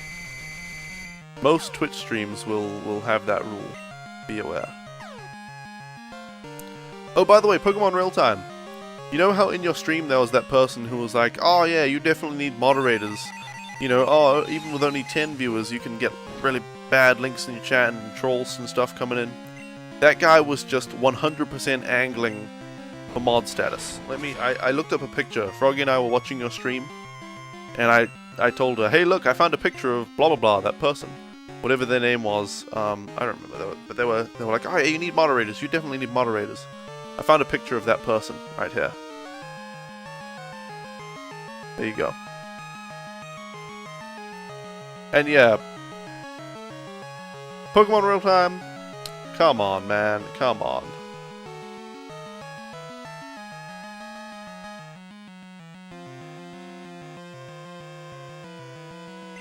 I don't know how people don't get this. I say no links in the chat.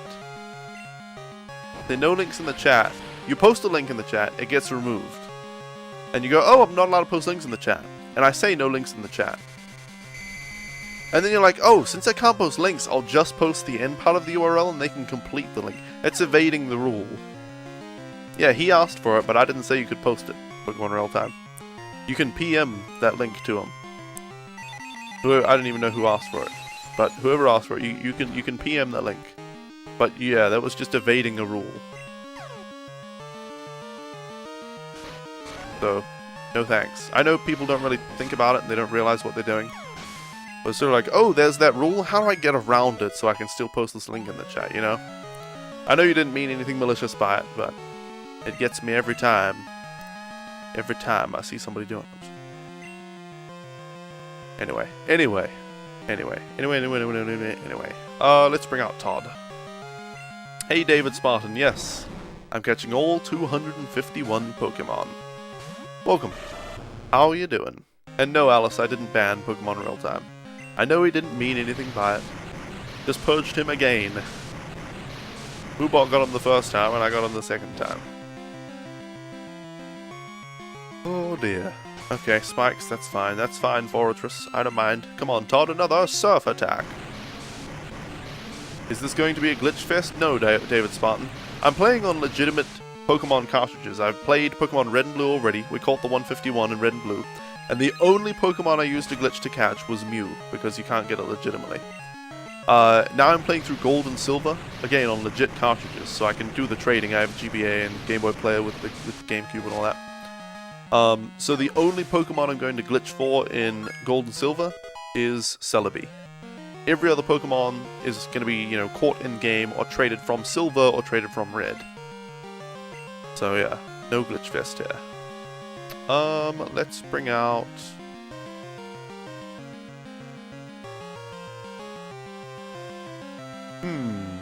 Let's bring out Acme for this. You did the same? Really, David Spartan? Nice.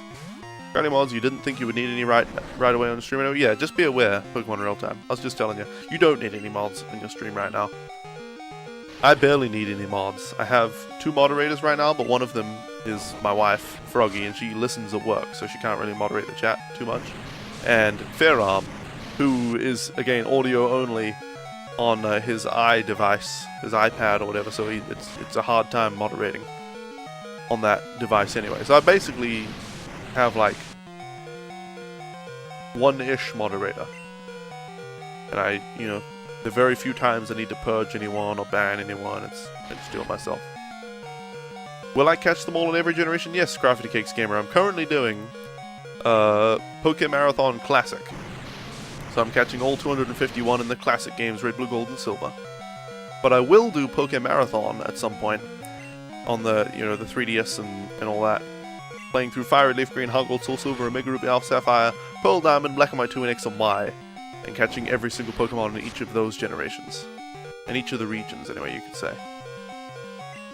Okay, this is just what it is. Please keep hitting with the rollout. 3 hits with the rollout. If we get all 5 hits with the rollout, we could defeat this muck right now, potentially. Because it's like 480 power on the last hit. We use minimizer gain. 4 hits with the rollout. Come on, Acme, I believe in you. Finish him off.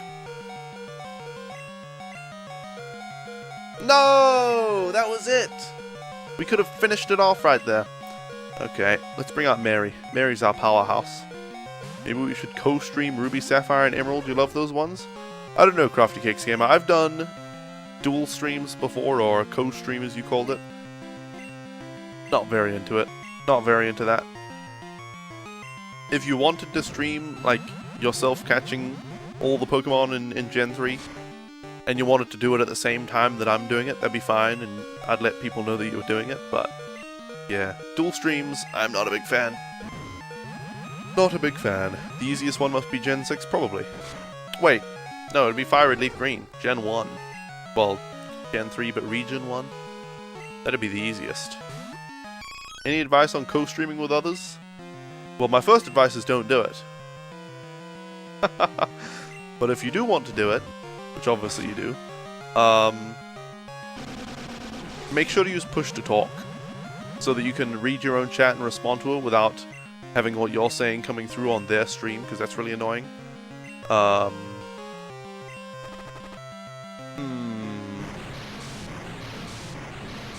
Have a good reason to be dual streaming. Don't just dual stream because you're bored with your own stream, because that's just going to be a disaster. Don't just dual stream because you like the other person. Dual stream for a good reason. If you're doing something together that requires 2 players, or that can really be done together well. You know. Oh man, we're getting wrecked by this damn muck.